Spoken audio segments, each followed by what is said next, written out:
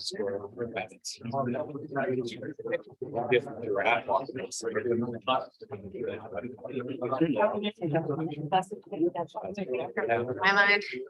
evening. Like to call this meeting of the Ottawa County Board of Commissioners to order. Thanks everybody for being here. Beautiful evening. We're going to start with prayer and pledge of allegiance, and could Pastor Wes please come to the podium and start us off. Let's pray. Gracious Heavenly Father, we thank you for the opportunity we have to gather here tonight. We recognize that you are sovereign and in control of all things. We thank you for your grace that you demonstrate to us each and every single day, giving us beyond what we deserve. But we thank you for mercy. But we thank you for your faithfulness. Help us to demonstrate that also in how we treat one another. We pray, Lord, over our leadership here, over elected officials. We pray for wisdom. We pray for guidance. As decisions are being made, Lord, we pray that these would be seeking after your will, seeking truth, seeking peace. And Lord, we pray for our county, and we pray for unity. We pray for peace over our land. And we pray that truth would reign over all things.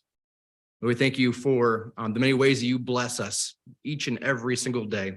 Help us to count those many blessings. Help us to recognize the many ways you take care of us, and to recognize that you ultimately are in control. And most importantly, we thank you for the hope that we have in Jesus, and it's in his mighty name we pray. Amen. Amen. All right, we'd all rise and please join Administrator Gibbs as he leads the pledge. I pledge allegiance to the flag and to the republic, one nation, indivisible, with liberty and justice for all.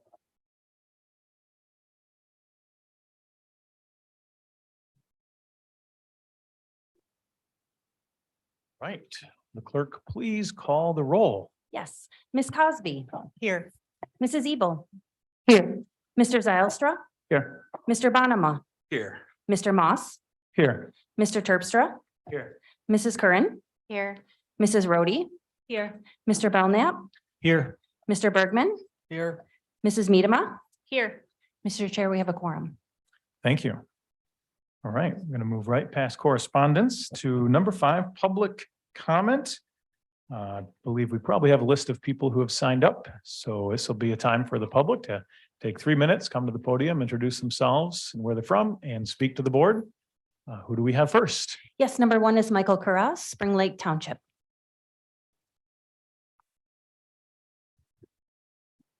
Good evening, Mr. Chair, Commissioners. My name is Michael Curras. I'm a resident of Spring Lake Township. I have prepared remarks. I'm not going to use them. I've been informed that starting with the next meeting, individuals like myself wanting to address you will have the opportunity to indicate a topic that we wish to bring to your attention. And that information will be transcribed into the minutes. I want to thank the board very much for listening, hearing, and acting on what I've been raising for the last several years. Thank you very much. Thank you. Number 2, Julia Davy, Robinson Township.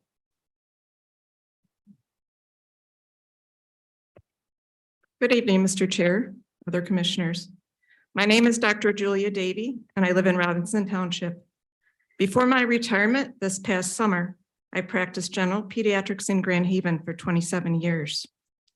I would like to offer my sincere congratulations to the Ottawa County Department of Public Health for the receipt of the Jean Chabot Health Policy Champion Award from the Michigan Department of Health and Human Services, and for being recognized by the National Association of County and City Health Officials for, quote, their ability to plan for, respond to, and recover from public health emergencies.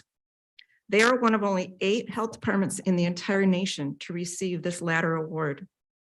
This confirms what I've always known to be true, that the public servants at the Ottawa County Department of Public Health are a group of extremely conscientious, intelligent, deeply caring individuals who are doing the best they can to take care of the citizens of Ottawa County. They very much deserve these awards. The employees of the Ottawa County Department of Public Health are among the most dedicated group of professionals I know. And I believe that some of us may still be alive today because of their actions. To Adeline Hambley, Marcia Mansoray, and the rest of the employees at the Ottawa County Department of Public Health, congratulations on your well-deserved awards. And thank you for always having the best interest of the citizens of Ottawa County at heart. Thank you. Number 3, Dan Zimmer, Port Sheldon Township.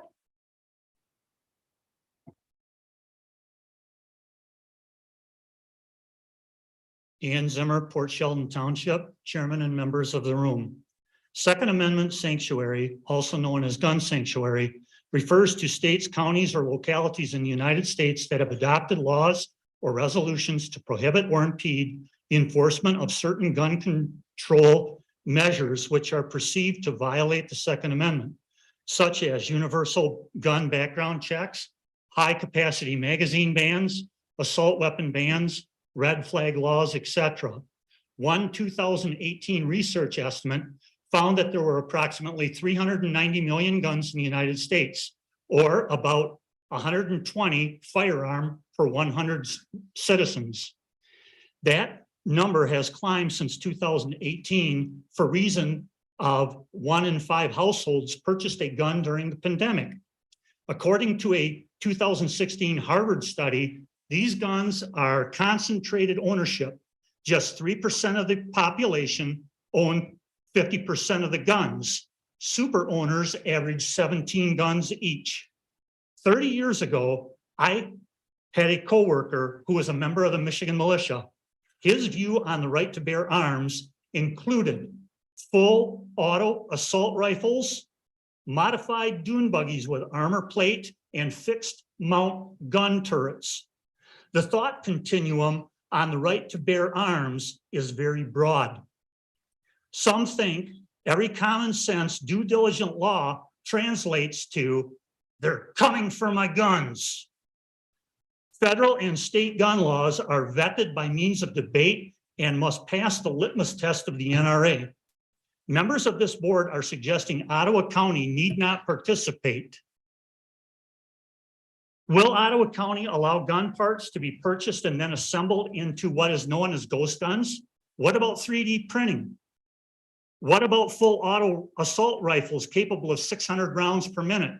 Will Ottawa County allow for ownership of devices that convert semi-automatic rifles into full auto capable weapons? Will Ottawa County allow high-capacity magazine bullet clips? How many rounds is seen as a right? How many rounds does it take to reach the threshold of unreasonable? The reality is this: any gun law that is deemed null and void Ottawa County to advance good guy with a gun theory will also benefit the bad guy with a gun. This board could very well open a Pandora's box. Schools will never be safe. A love for children supersedes the love for guns. Thank you.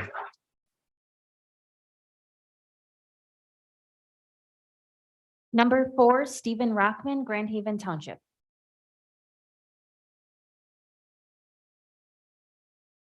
Good evening, Commissioners. My topic is NACCHO. Department of Public Health boasts that it has been recognized by the National Association of County and City Health Officials, NACCHO, which seeks health equity through public health systems. NACCHO explains what that is.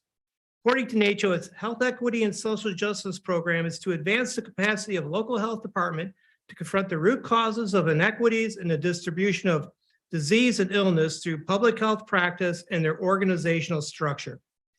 NACCHO blames these root causes on social injustices associated with class oppression, racism, and gender identity.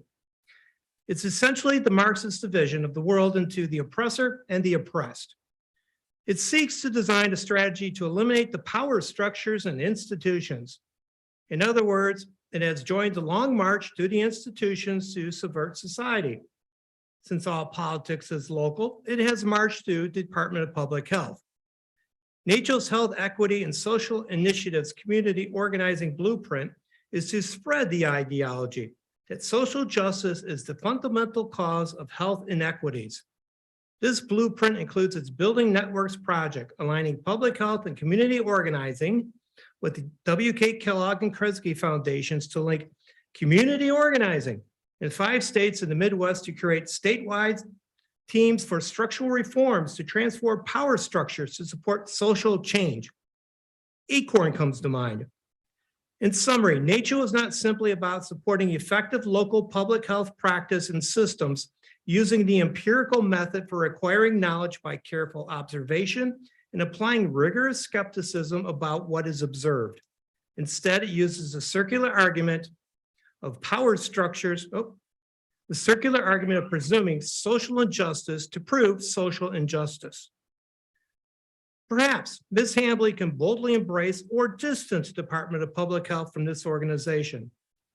One of her department's values is equity. I suspect she embraces its ideology. I say be bold and say it. Like DEI and GARE, I think it's time for the Ottawa County to sever its relationship with NACCHO. As an alternative to DEI, the county may consider Imago Dei, that's DEI, or image of God. That is, each individual has a unique moral worth grounded in God. We are souled individuals, not representatives of an identity group. God bless you and have a good evening. Thank you.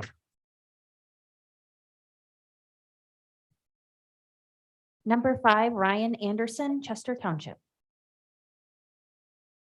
Good evening, Chairman Moss and Board. Ryan Anderson, Chester Township. I'll be reading from Reverend Richard Wardbrand's book, Tortured for Christ. A pastor by the name of Florescu was tortured with red-hot iron pokers and with knives. He was beaten very badly. Then starving rats were driven into his cell through a large pipe. He could not sleep because he had to defend himself all the time. If he rested a moment, the rats would attack him. He was forced to stand for 2 weeks, day and night. The communists wished to compel him to betray his brethren, but he resisted steadfastly. Eventually, they brought his 14-year-old son to the prison and began to whip the boy in front of his father, saying that they would continue to beat him until the pastor said what they wished him to say. The poor man was half mad. He bore it as long as he could, and then cried to his son, "Alexander, I must say what they want. I can't bear your beating anymore." The son answered, "Father, don't do me the injustice of having a traitor as a parent. Withstand. If they kill me, I will die with the words, 'Jesus and my fatherland.'" The communists, enraged, fell upon the child and beat him to death, with blood spattered over the walls of the cell. He died praising God. Our dear brother Florescu was never the same after seeing this. Handcuffs with sharp nails on the insides were placed on our wrists. If we were totally still, they didn't cut us. But in the bitterly cold cells, when we shook with cold, our wrists would be torn by the nails. Christians were hung upside down on ropes and beaten so severely that their bodies swung back and forth under the blows. Christians were also placed in icebox refrigerator cells. We Christians were sometimes forced to stand in wooden boxes only slightly larger than we were. This left no room to move. Dozens of sharp nails were driven into every side of the box with a razor-sharp point sticking through the wood. While we stood perfectly still, it was all right, but we were forced to stand in these boxes for endless hours. When we became fatigued and swayed with tiredness, the nails would pierce our bodies. If we moved or twitched a muscle, there were the horrible nails. What communists have done to Christians surpasses any possibility of human understanding. I have seen communists whose faces while torturing believers shone with rapturous joy. They cried out while torturing Christians, "We are the devil." We wrestle not against flesh and blood, but against the principalities and powers of evil. We saw that communism is not from men, but from the devil. It is a spiritual force, a force of evil, and can only be countered by a greater spiritual force, the Spirit of God. I compel you, commissioners, that these anti-human, demonic, LGBTQ communists are capable of committing these very same atrocities here in Ottawa County. They must be defeated in Jesus' name. They must be stopped, and we must win. Thank you. Thank you. Number 6, Bob Boersma, Park Township.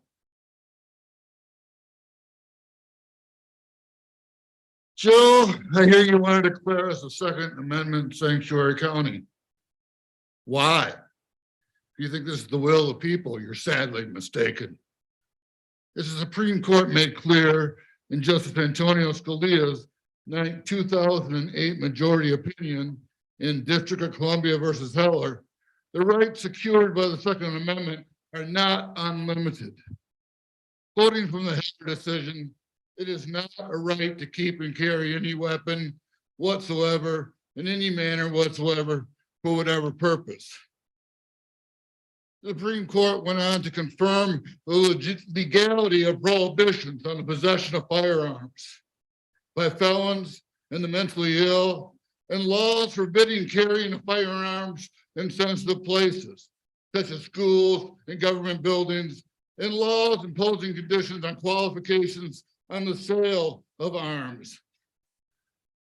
So why are you advocating that Ottawa County not follow state and federal law?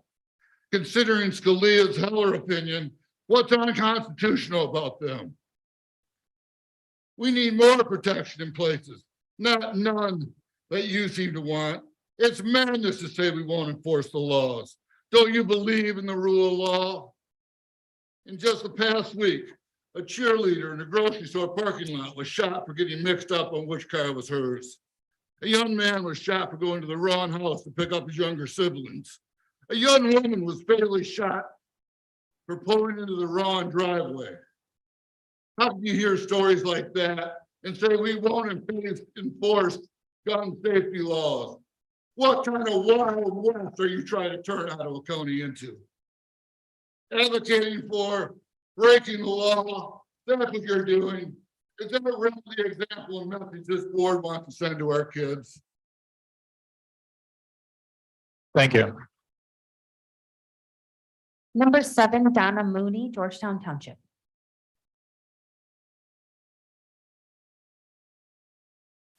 Good evening, board. My name is Donna Mooney, taxpaying resident of Jenison, and I'd like to express my continued support for the new BOC, except Jacob Bonema, my continued support for John Gibbs, Jack Jordan, and the Coleman Legal Group, and my support for the appointment of Nate Kelly. I'm proud of you all for the strength and grace you exhibit in the face of hateful attacks against you, and know that you have an army of love and support. Thank you for taking the time to investigate the origins and strings attached to money coming into the county and how it's spent instead of rubber stamping it. Thank you for asking hard questions. I come here to raise awareness and speak in defense of my faith, my values, and my community against what recently feels like unfair attacks against them. I never imagined that my comments would be taken out of context and twisted by folks who don't know my background or have ever had a conversation with me. On the other hand, I've had some great dialogue with folks here who don't necessarily share my perspective, but engaged in conversation in hopes, just like me, that maybe we can learn to understand one another. These conversations need to be had. At the end of the day, I believe we are more alike than we are different. Opportunists who engage in name calling, insults, intimidation, and slander have nothing to offer and no purpose except for the 3 minutes of fame they think it gets them. Ignore them. I was raised to see people as human beings, not as categories or groups, and I can only imagine what the world would look like if we all looked at each other that way. I reject the teachings of CRT, DEI, and any other name given to the social justice programs rooted in Marxism being used to socially engineer people because they are the same types of re-education programs that were used in Germany during World War II. I studied history at one of the best public universities in this country, and you will never end discrimination under the cover of more discrimination. Martin Luther King Jr.'s 1963 speech titled, "I Have a Dream," has never been further from realization than it is today because of the division, exclusion, and intolerance pushed throughout every institution in the last 2 decades. Instead of judging people by the content of their character, we're being programmed to judge people by the color of their skin, gender, origin, or culture. Every special group has been given a list of grievances a mile long, whether those are real or perceived, that I'm now supposed to remember, and I will fail because I'm a fallible, imperfect human being. We have a generation of people who are now offended by everything they don't like and are demanding punishment of those who offend them. We aren't progressing forward. We are regressing backwards when we erase women's rights by replacing them in qualifying arenas with men claiming to be women. These shouldn't be politically divided issues. If we do not make our voices heard and stand against these injustices, one day we'll be telling our grandchildren what a great country America used to be when we were free. God bless Thank you. America and our constitutional republic. Thank you. Thank you.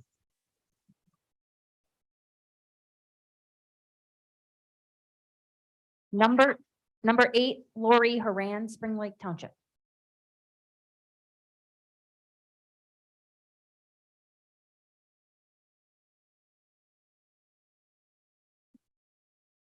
Number 9, Ronnie Allen, Allendale Township. Hi, Board. Ronnie Allen, Allendale Township. I'm just standing up here unprepared, which I don't usually do. So I just wanted to say thanks, and I support all you guys, and thanks for all the time you put in, all the hard work. The boldness and the courage and the thoughtful decision-making. Also the open forum. There's more debate. I said this before, I've learned more in the last 3 or 4 months of coming to these meetings than I did in the couple of years before that, of trying to pay attention to things. And I just feel like there's more out there. So I just thank you for that and for all the work you're doing. Thank you.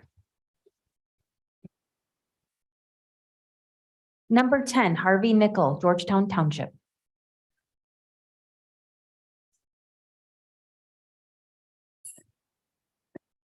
Thank you. I'm Harvey Nickel from Jenison. I strongly support you for taking the necessary steps to remove government overreach and return constitutional freedoms to the citizens of Ottawa County. One of the reasons why so many of you won your elections by such large margins is that the actions of the previous board trampled on parental rights during COVID by giving the health department free rein to follow in lockstep with the unscientific mandates of Anthony Fauci, CDC, and the NIH. I have a PhD in biochemistry and taught for 49 years at the university level before retiring. As a scientist, I trusted the CDC and the NIH. That changed with COVID. I encourage you all to read The Real Anthony Fauci by Robert Kennedy Jr. and The Courage to Face COVID-19 by Dr. Peter McCullough. I did, and have concluded that the CDC and the FDA no longer care about the health of the citizens of this country, but are totally controlled by Big Pharma, Bill Gates, and Anthony Fauci. Their agenda is to make huge profits by pushing the vaccines as the only solution to disease. Per their new definition, vaccines are no longer required to give immunity. The COVID shots do not prevent infection and they do not stop transmission of the virus, yet they're called vaccines. And now we're finding out that they are definitely not safe. The denial of parental rights by the previous board is also evident in the Ottawa County immunization policy that was passed in 2014. This policy states that no student or minor child shall be admitted to any public, private, or parochial elementary or secondary school, daycare center, camp, or any other organized care or educational facility for preschool, elementary, or secondary level operating in Ottawa County unless they have proof that they have received all the recommended childhood vaccines. Considering that there has been no safety studies versus the placebo for any of the childhood vaccines, this policy should be rescinded. A new policy should be passed that requires all doctors, pharmacies, and clinics to fully inform the parents of the ingredients of the shots, especially the levels of aluminum and mercury. Aluminum is a neurotoxin, and the amount in one shot is magnitudes higher than the amount that is considered safe in food. Most infants receive 4 to 6 shots in one visit. Parents should be informed of the risk to benefit ratio, the lethality of the disease, and which vaccines contain aborted fetal cells. In 1962, there were 5 vaccines on the recommended schedule. Now there are 88 shots on the schedule. Parents should be given the choice to vaccinate their child or not. The shots should not be mandated by the health department. That is another reason why I support Nate Kelly as the director of the health department, because he will follow the actual science and not just follow the agenda of the WHO, CDC, FDA, Big Pharma, Bill Gates, and Fauci. Their agenda appears to be depopulation, making billions of dollars in profits. The sad thing is the media is complicit in this evil agenda. Thank you.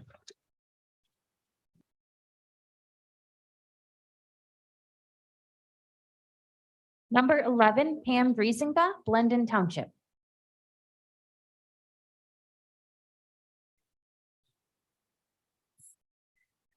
Dear board members, thank you for the opportunity to speak today. As a taxpayer, I'm here to ask for more transparency on the usage of $3.8 million of federal funds received by the Community Mental Health Department through the Certified Community Behavioral Health Clinic Expansion Grant. According to a CNN October 2022 survey, 90% of US adults believe that the country is facing a mental health crisis.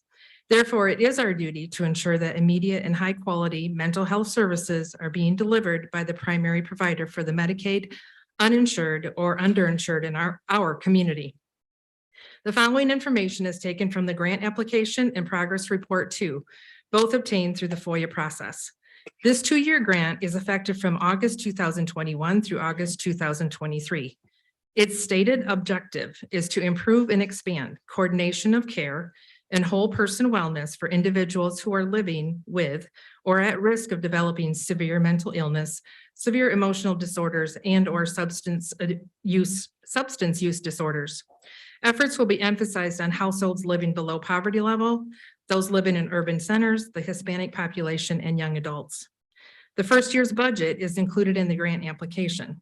Of the 1.98 million funds for the first year, 621,000 was assigned to personnel and 396,000 to fringe benefits, totaling 1 million. My first question is, how can community mental health hire full-time employees based on grant funds? How are these employees funded once the grant is over? My second question is, what are the first year actual expenditures compared to the budget? Without detailed expenditures, it is impossible to begin assessing the outcomes proposed in the grant. For example, there is no financial detail or outcome metrics for the contracts executed in the 664,000 contractual bucket. There is a copy of the contract with Lakeshore, a regional entity, but no numbers. We, the people, need to ensure that our neighbors suffering from severe mental illness and substance abuse are getting the proper care and treatment. Thank you. Thank you. Number 12, John Denbley, Georgetown Township. John DeBlay, Georgetown Township. I want to speak in support of our conservative commissioners, John Gibbs, Jack Jordan, and the Coleman Legal Group. I also speak in support of Nate Kelly, medical freedom and parental rights. Recently, corrupt Lansing politicians, the mainstream media, and paid political agitators have turned a mental health issue into a gun issue. Thankfully, we have a conservative majority here and the ability to stand against tyranny. I expect many elected officials who were sworn into office also swore an oath to defend the Constitution of the United States. Today, as a voter and a delegate for Ottawa County, I ask the Board of Commissioners to support the Second Amendment Sanctuary County Resolution. With the non-constitutional gun laws recently being passed in Lansing, and in light of earlier misinformed comments, I would ask the board to use expediency, swiftness to bring this resolution to a vote and to pass the resolution as a protection of not only the Constitution of the United States, but also for the law-abiding citizens of Ottawa County. May God continue to bless Ottawa County where freedom rings. Thank you. Thank you.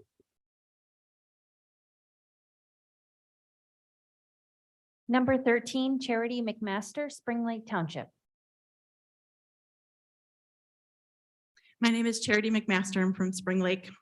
I am opposing the sanctuary county for guns. Promising to never have laws pertaining to guns is extremely dangerous. If the argument is too bad, Second Amendment says shall not infringe, that doesn't mean no laws whatsoever. George Bush banned assault rifles specifically because of the number of mass shootings, let alone the ones that we have now. And it didn't mean no laws back then.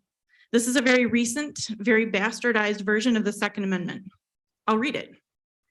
A well-regulated militia being necessary to the security of a free state, the right of the people to keep and bear arms shall not be infringed. The Second Amendment specifically pertains to the infringement of a well-regulated militia. Now, I'm not advocating for a militia. I am pointing out that applying a small piece of the amendment completely detached from what it actually comes in front of it and blowing that out of proportion so that the rest of it, that means there can be no gun laws, is preposterous. And this also makes me worry for law enforcement. If you believe in the good guy with a gun argument, for all intents and purposes, we have law officers that are the good guys with the guns. So in any given situation, every person who isn't a law officer has to be assessed in a split-second decision. If you put stock in the good guy with the gun theory, then everyone else by de facto isn't a good guy with a gun when they respond to a call until they make that judgment that we have to trust them to make. More guns, less laws is dangerous for them. And you can argue that a sheriff could choose not to enforce those laws, but that's just the county. There are state troopers, city and other municipal officers, and this has the potential to put law enforcement at odds with each other, and that doesn't keep the safety of the people. The majority of Americans favor better gun laws, and even if you disagree with this, please promise never to not have any gun laws in the county. You are probably too young to remember a student in Grand Haven who was shot in 1992 when he went up to the door, but I remember Adam Provincial. This is not a new problem. I am also opposed to being a constitutional county. I'm assuming this is because Michigan passed overwhelmingly the support for reproductive rights, and that you think a constitutional county means we don't have to obey state laws. Y'all are the states' rights crowd. If it's not states' rights anymore and it's the county rights, then why not go further? City rights, townships, groups who will in turn disregard you. Be careful. When you set a precedent like this, it erodes all of these protections evenly. And there's a lot of religious fervor in this room and a lot of religious freedom near and dear to people. You target this thing and you are not taking into the full scope of your actions. Last meeting, you said that our comments were in response to a manufactured crisis. If y'all would stop being a crisis factory, we wouldn't have this problem. Thank you. Number 14, Suzanne Caterberg, Holland Township. Hello, I'm Suzanne Caterberg.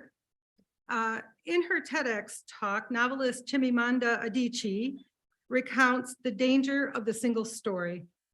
And that happens when we have limited information or a single viewpoint. And perhaps you might understand that. You yourselves might understand that as you read or see how you yourselves are portrayed in the media. Perhaps you believe you are more than the single story being presented. The danger of the single story is one I want to highlight as Ottawa County is considering a sanctuary status around guns. I'm an expert in the field of domestic and sexual violence. I've worked with over 1,000 survivors in Kent and Ottawa counties and have been doing so for 22 years.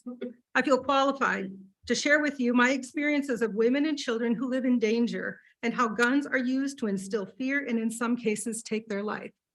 In the last year, there have been 5 murders in Ottawa County related to domestic violence with a gun.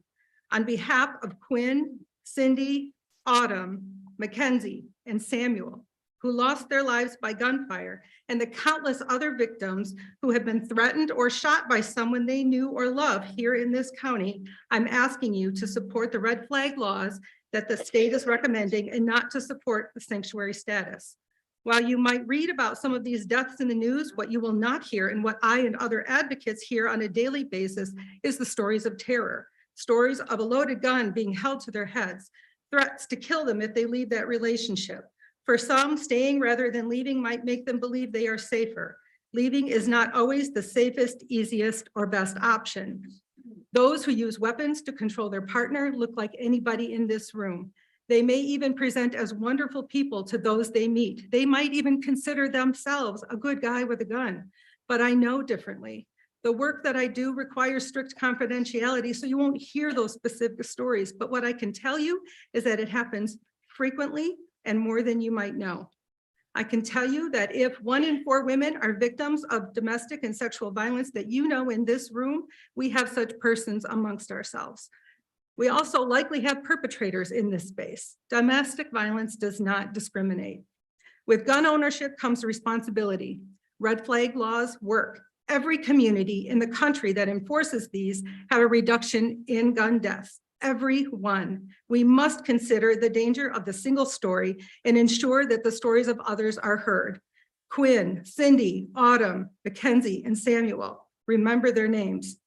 Police and law enforcement need gun laws in their pursuit of justice. These laws are tools to keep folks safe. When someone is given a personal protection order, this means that the court has deemed that there is a danger and a risk. And until that situation is resolved, to happen. The presence of a gun in the home with domestic violence increases the death by 70 to 50%. If we don't do these laws to create safety, Thank then you. blood could be on our hands.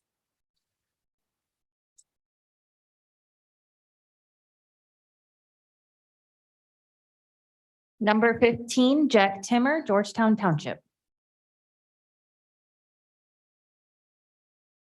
Good evening. My name is Jack Timmer. I've been a resident of Ottawa County in Georgetown Township for a little over 50 years. I've gone to more meetings the last month than I have in those previous 49 plus years. So I'm relatively new to politics. I have two short things. I've been in upper management with a couple major corporations for 35 years now. I work really closely with the company's health and safety directors on safety issues for employees. I do not know Mr. Kelly at all.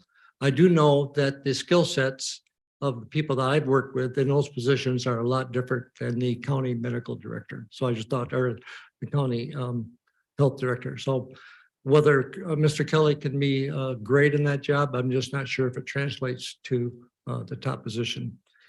Second of all, I want to thank all you commissioners for serving. You all are very intelligent. I've listened now to maybe this is my 4th or 5th meeting. And everybody has some really good points to say. I'm a little disappointed. No, I'm really disappointed that the votes always seem to be 6-5. And I would really like it as a long-term resident not to continue to have a 6-5 vote on very good points for the next year and a half. Thank you. Thank you. Number 16, Sheila Detloff, Holland Township.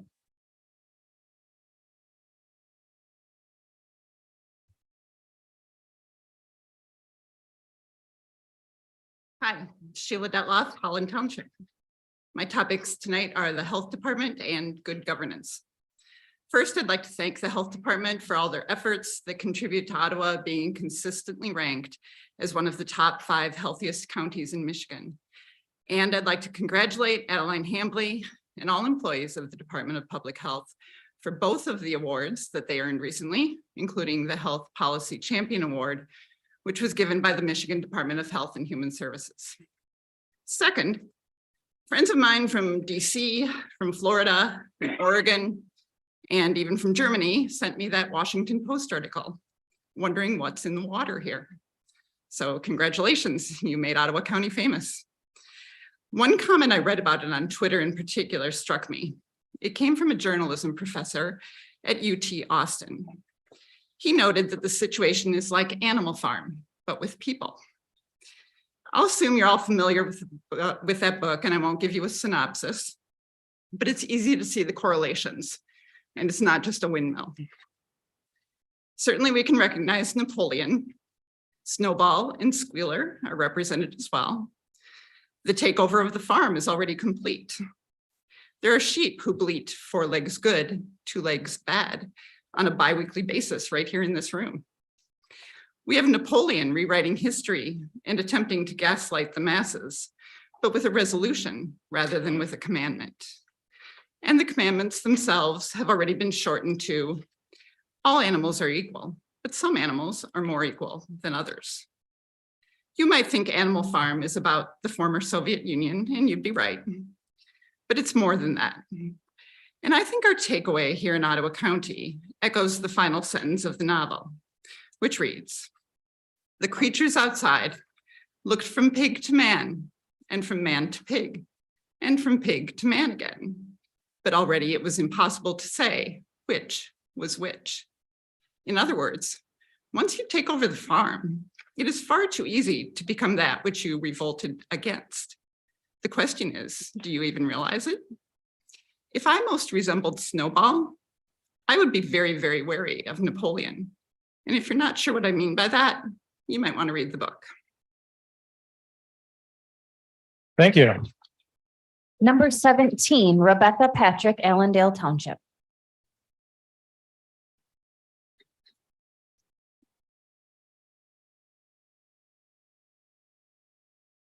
Good evening, Commissioners. My name is Rebecca Patrick from Allendale Township.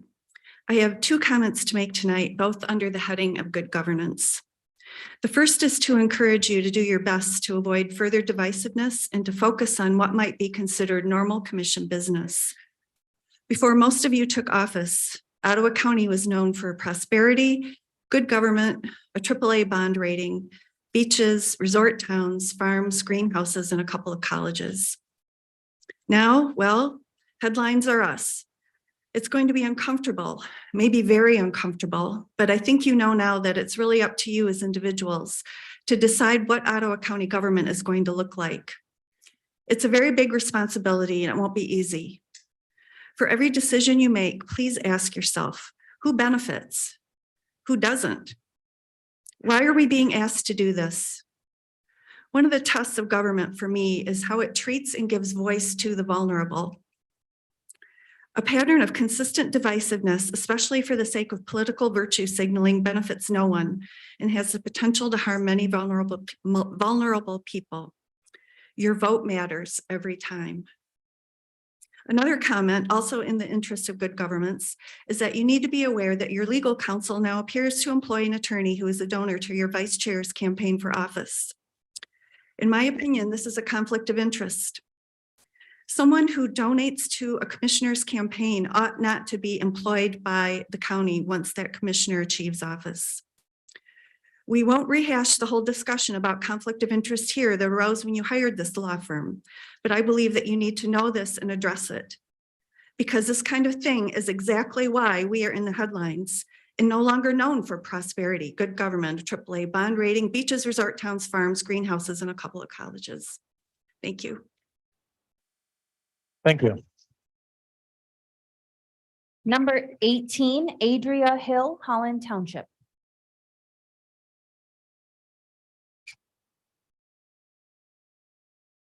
Today I have three requests for you. My first request is an update on the public comment policy. During the February 16th Board of Commissioners meeting, you passed a motion to have the county administrator and corporate counsel work on a public comment policy to submit to the Rules Committee. It's been 70 days since that has been asked. And as one of the individuals who has submitted public comments online when I couldn't attend in person, I'd appreciate an update on that policy. My second request is for an update on the contract with MCDC. In the March 28th board meeting, corporate counsel indicated that it was being worked on, but a month later, and we still have not heard an update on that. My final request is that you get, as you get into business today, keep in mind that you are responsible for setting the direction for the county's 1,200 plus employees as they render services to our county's 300,000 residents. In an August 2021 survey, residents were asked if they felt the county is heading in the right direction or if they felt things were off track. 62% of the respondents felt that the county was headed in the right direction, and 76% of the residents felt positively about the basic services that Ottawa County was providing. And this was still in the midst of the pandemic that was greatly dividing us.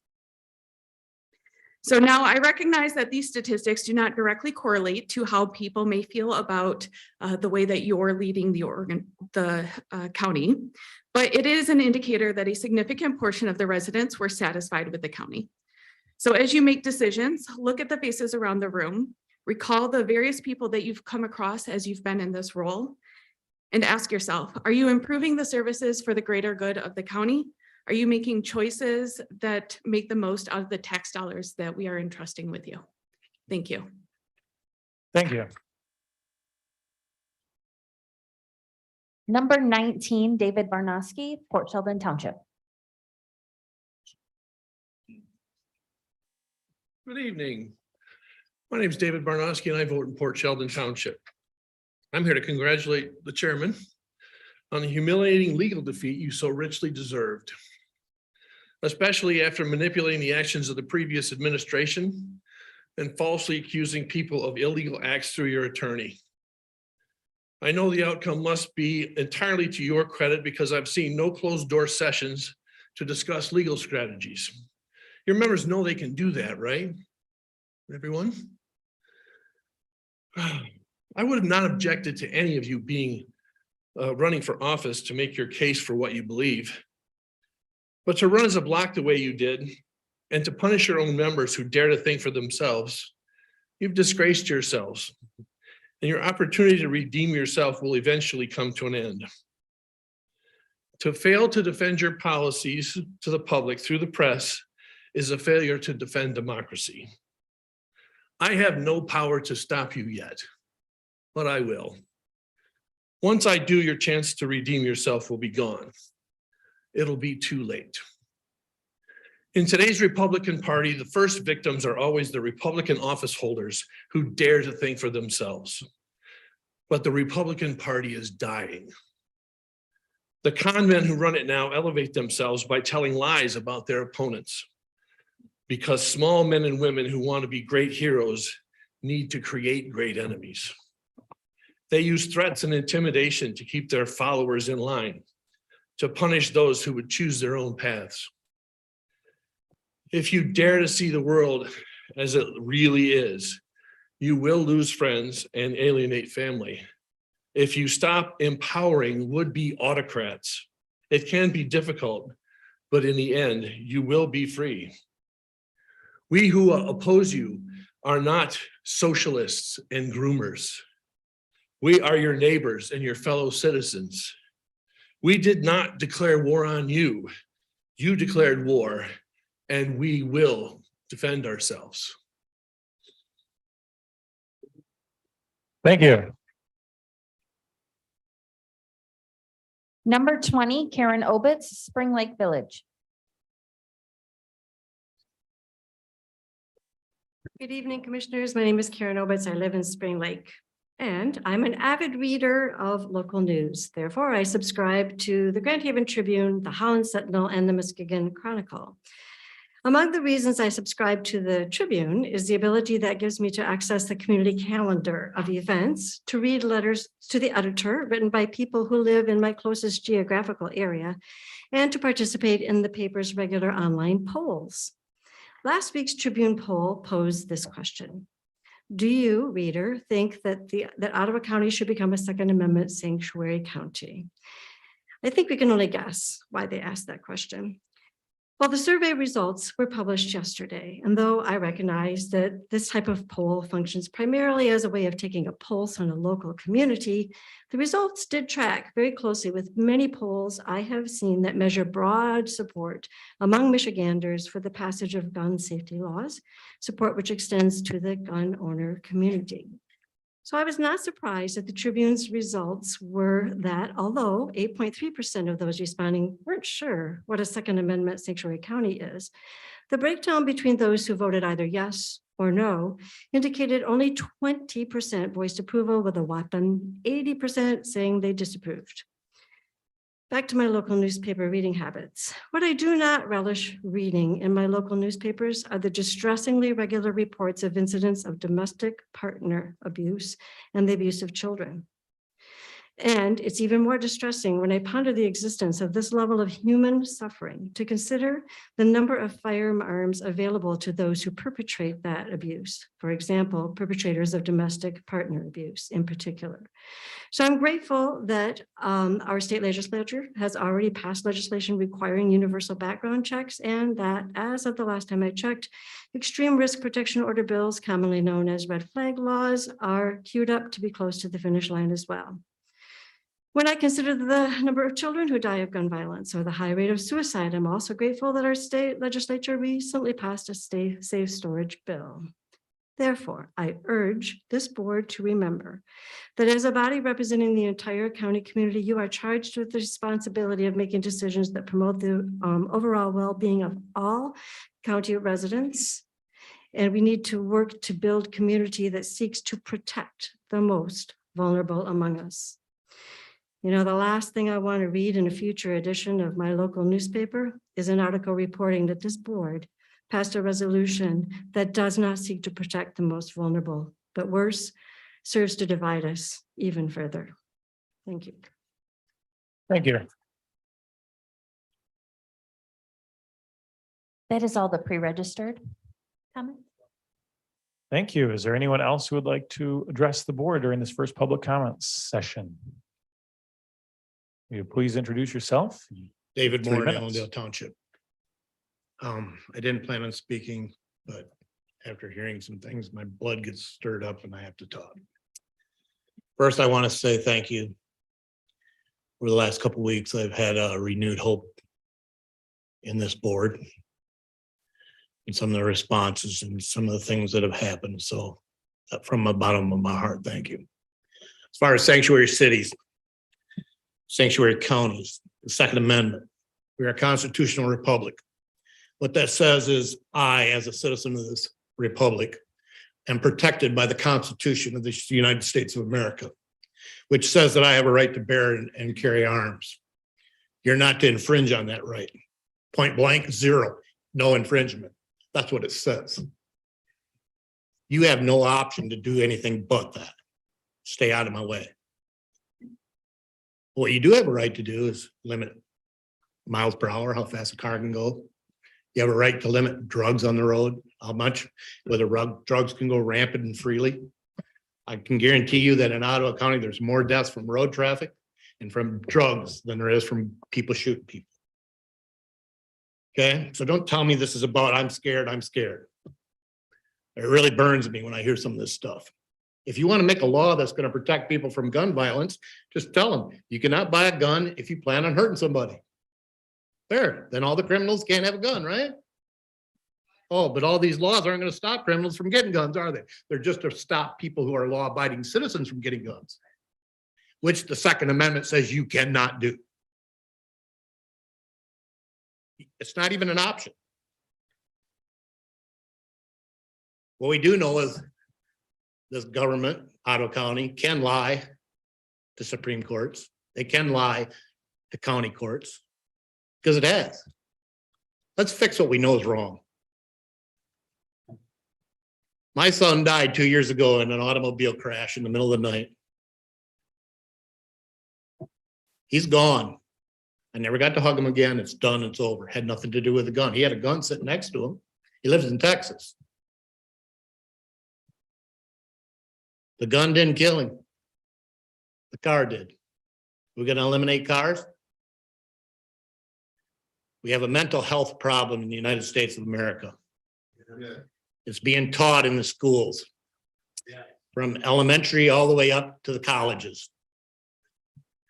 If my grandfathers, both of them, were alive today and seeing what was being taught, they would charge everyone with child abuse. It is so beyond what the conscious and logical mind has, what we are doing to our own society. So focus on where the wrong is, not where the right is. Thank you. Thank you.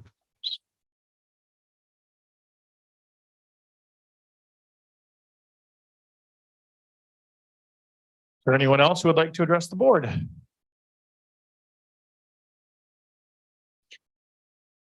Good evening. My name is Aaron J. Compagner. I'm just gonna simply read the Second Amendment again. A well-regulated militia being necessary to the security of a free state. The right of the people to keep and bear arms shall not be infringed. So a well-regulated militia and the right of the people to keep and bear arms shall not be infringed in any way, shape, or form. Thank you. Good night. Thank you. Is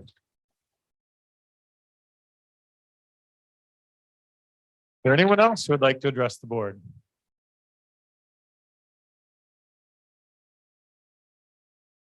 I say amen to what that gentleman said. I think we should be a sanctuary city for bearing arms.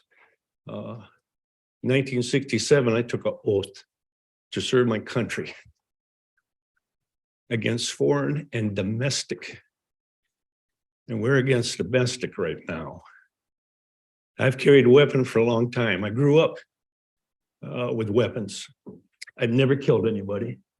Never thought about it. Did I do it? Yes, when I was in Vietnam. And I think we should have the right, that's in our amendment, to bear arms for protection for our family and our loved ones. Thank you.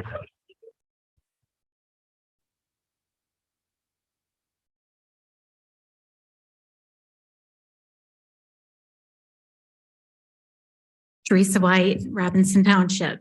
I'm just going to speak a little bit on the community health needs assessment that's coming up. The IRS, they're the ones that have the requirements for 501(c)(3)s, hospitals under the Affordable Care Act, Section 501(r). Community health needs assessment for charitable hospital organizations is Section 501(r)(3). Further looking into this of the Ottawa County Department of Public Health local plan of organization, which is I think what they call the accreditation. I have 2015, they come out every 3 years, 2015, 2018, of which I didn't find anywhere 2021. There wasn't the right process, no process in either the Health Human Services Committee where it's supposed to come up. Bringing this accreditation to the big board, I can't find it. There's nothing there. So I figure it's no proper process was done there, questionable, where is it? Of these two that I did find, they have the same wording. Priorities are aligned with the public health mandates. So the health needs assessment is a priority of theirs, but it's aligned with their mandates. It's not a mandate. The accreditations, these are local plans, page 1 and 2 of 2018 shows the laws that are applicable to the local public health. There is no mention there of the community health needs assessment. Thank you very much. Love the job you're doing. Thank you.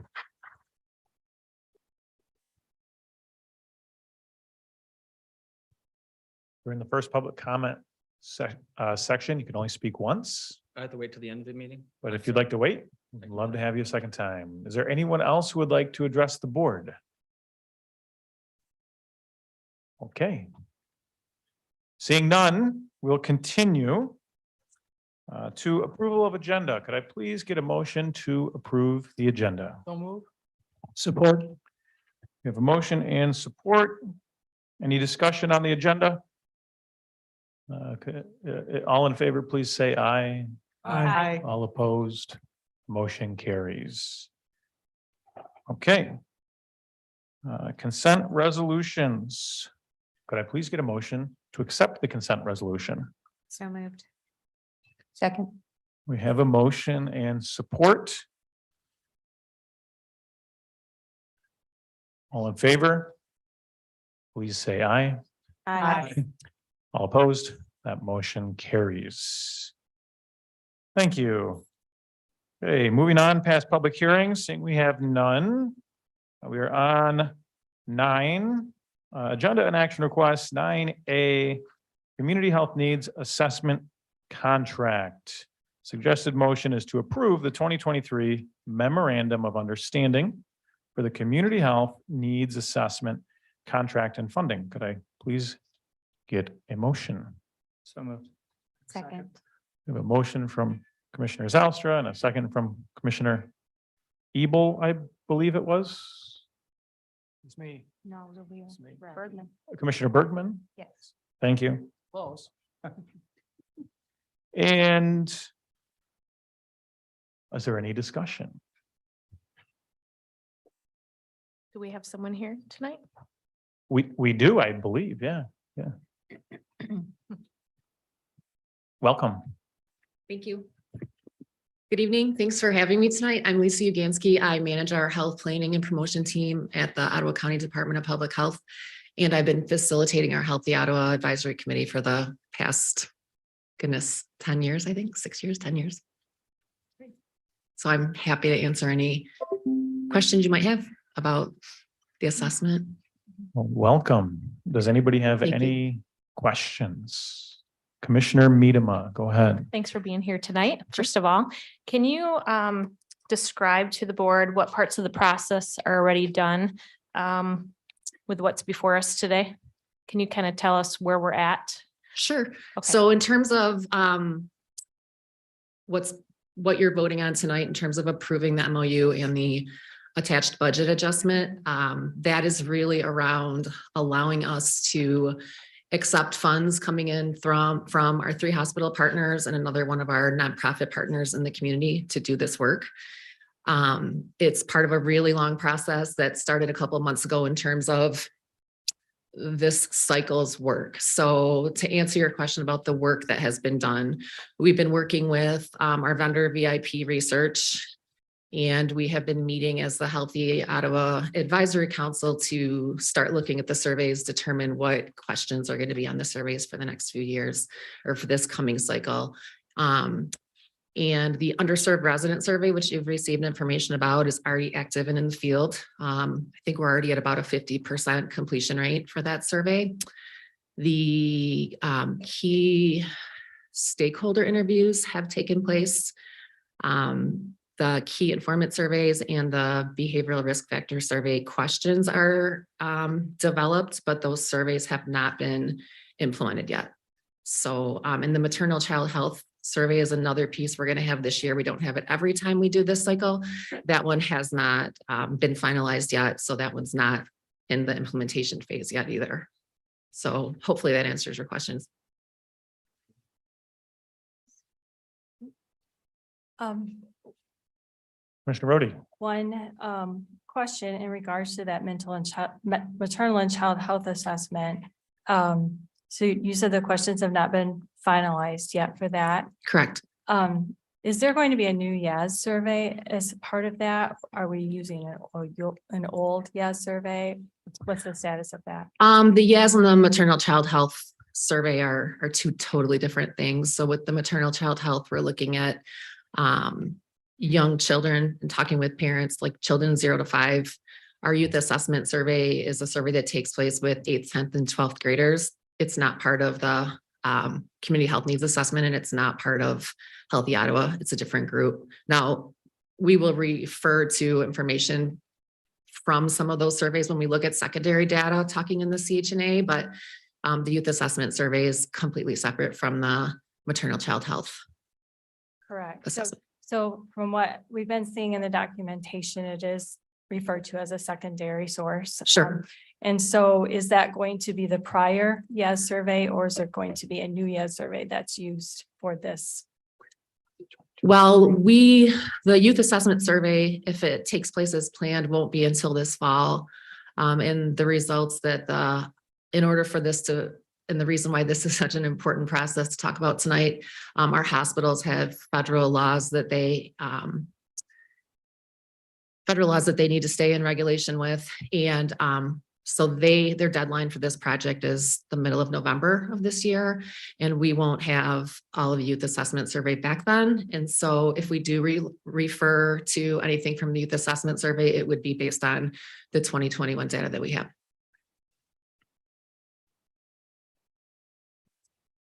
So the YAS survey, I was taking a look at it for 2023 through the CDC. Is that the one that you intend to use?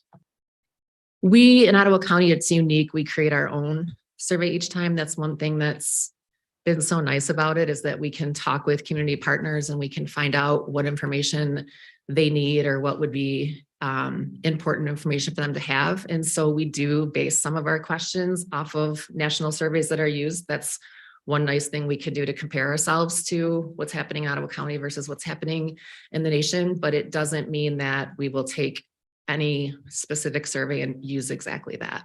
Okay, because there are some questions on here, specifically 19 through 22, that deal with sexual activity. And I'm just curious because what I'm reading here, it's 8th, 10th and 12th graders that are taking this particular survey. I don't want to You're get this saying that- confused though, because Okay, what we're well, talking say, about, but- yeah, just okay, I because what just we're wanna- talking yeah, about tonight isn't the the youth assessment sensitivity, I survey. probably could look back in 21 and probably see similar questions, I suspect.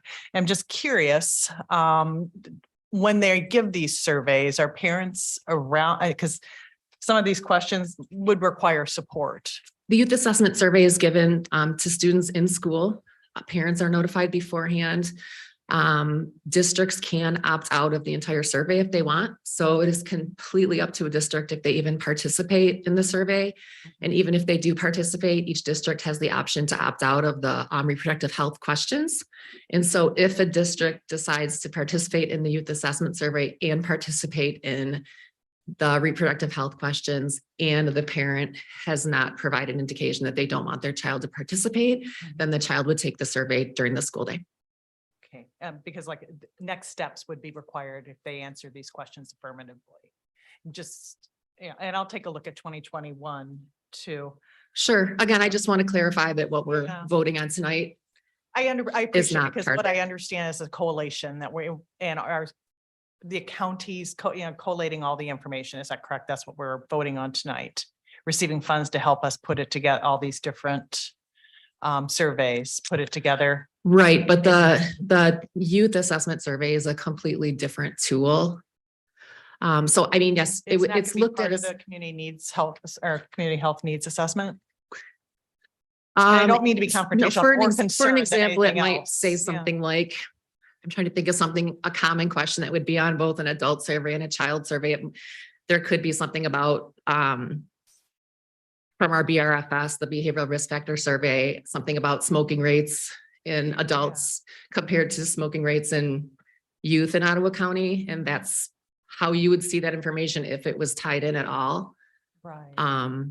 Then we typically, I'm a nurse by training, so yeah, and so typically we would take that information and try to decide what programs we would design to help meet the needs that have been identified. Sure, and that's Especially definitely through the data that Healthy could be Ottawa. looked at along with a lot of other things. It's data we collected 2 years ago, and there are a lot of things that, for example, our partners around the Healthy Ottawa table are concerned with addressing. And so those things could come up definitely, but that's not part of what this contract will be paying for this vendor. The work that he'll be doing isn't related to the youth assessment survey. Okay, so he won't be asking the questions of these individuals. The youth assessment survey, the youth assessment survey is a Or the paper group in survey, Chicago. or Yeah. electronic survey in schools. Okay. And And again, if I we just did wanna make work with sure that because vendor, we it would do be have on a an separate audience here contract. tonight, that if parents know that their children are going to take the YAS survey, that they review what's available online, just to make certain, and 2021 is available for Ottawa County. Absolutely. Yeah. All the it information is is, available. to make sure. So, all right. Well, thank you very much. Any other questions? Commissioner Rhodey. So kind of along the same lines with Gretchen. So my understanding is that part of what we are voting on here, though, is a community needs assessment report that will be compiled from all the data. And so I do think that some of the questions that were asked in YAS, which could potentially end up being reported on this report, are things like, again, for 8th, 10th, and 12th graders, if you ever had oral sex, how old were you the first time you had oral sex? One of the options is 11 years old or younger. Next question, if you ever had sexual intercourse, how old were you when you had sexual intercourse for the first time? Option 1 is I've never had sexual intercourse. Thank you for putting that in there. And the next option is 11 years old or younger. Next question, during your life, with how many people have you had sexual intercourse? Goes up to 6 people. During the past 3 months, with how many people have you had sexual intercourse? goes up to 6 or more people during the past 3 months. Again, this is for 8th graders, 10th graders, 12th graders. So just a number of very personal, intimate questions being asked of 8th graders without a parent present. And so I A think parent can that give consent to not have their child participate. if And they're again, notified. I just want to make it super, super clear that what you are voting on tonight is to approve the MOU and the attached budget amendment that would essentially pay the vendor to do the work on the contract that this board ratified on January 10. And so the work is happening. The county's portion of the funding, so the health department's portion of the funding was paid to the vendor in December for the work that he has already been doing. And so if tonight you choose not to approve this MOU and this budget adjustment, that basically means that we're not accepting the money from our 3 hospital partners or from our other nonprofit partners. But that doesn't mean that we don't still have a contract to fulfill with VIP research. And so I just want to make sure everyone's aware of that the work is happening. It's a contract that you guys ratified. The work is in place. Like I said, we owe the vendor for the work that we're doing. We have a signed contract. And I just want to make sure, I know there are questions about a lot of different questions and ideas about what we should be asking and what we shouldn't be asking, but I just wanted to make sure it was really clear what you're voting on tonight. I know that my boss, Adeline Hambley, had mentioned before that it wasn't in your purview to decide what the questions were, what the content is. The questions are decided on by the Healthy Ottawa Advisory Council, which is the hospitals, the health department, and a few other nonprofits, the Ottawa Area Intermediate School District. So again, I'm just really trying to be as clear as we can. And I know it gets confusing, and the YAS is another survey that really riles a lot of people up. And I think there'll be a time and a place to talk about that, but I just wanted to make sure that we're seeing the differences and what's at stake tonight. So a follow-up question. Sure. Is the YES survey a part of the maternal and child health assessment as identified in the documentation that you have given to us? And is that not going to be compiled into the report? Part of which is, the fee and part of this budget for this project, and does that not make it relevant? The maternal and child health assessment and the youth assessment survey are 2 completely different surveys. And yes, I understand that. Okay. And the youth assessment survey, the results of which are compiled into the maternal and child health assessment, unless the documentation that we've been provided is erroneous. Well, there may be some, like I said, there may be some data from the last youth assessment survey that comes back in the results that if it does relate to something that came up in the maternal child health survey. But other than, I can't say that they're completely related because they're not. With the maternal child health survey, we're asking parents of young children questions. The youth assessment survey, we're asking 8th, 10th, and 12th graders. Right, okay. So it sounds like the train has left the station. This process is underway, and there's likely not a way for this board to stop it. Other people have primarily made these decisions before it has come to us now. And at this point, we're deciding whether or not some of the partners who do have a statutory requirement to fulfill these things, while we do not, whether or not they will pay us back for the services that the county has contracted for, apart from them being contracted at all. Right, but that nothing has changed on that contract from the one you ratified on January 10.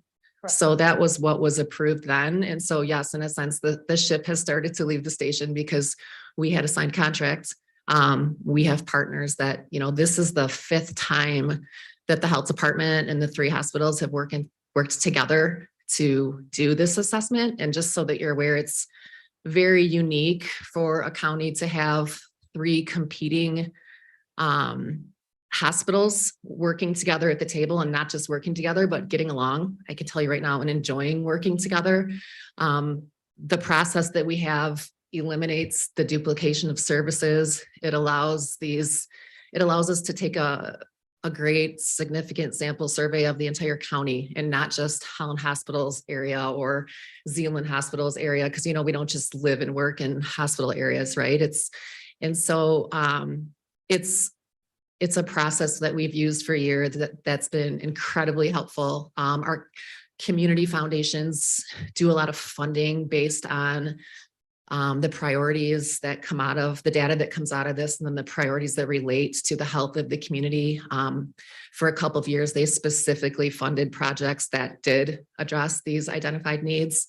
And so, yes, when we got the contract signed, we started moving full steam ahead because we want to make sure that our hospital partners don't jeopardize their tax exempt status because this doesn't get done in time.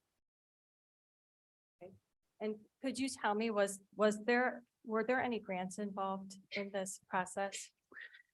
Yes, we did receive one grant through the Michigan Department of Community Health for $25,000 related to social determinants of health and related to things like access to healthy food and affordable housing. So can you tell me, I'm sorry.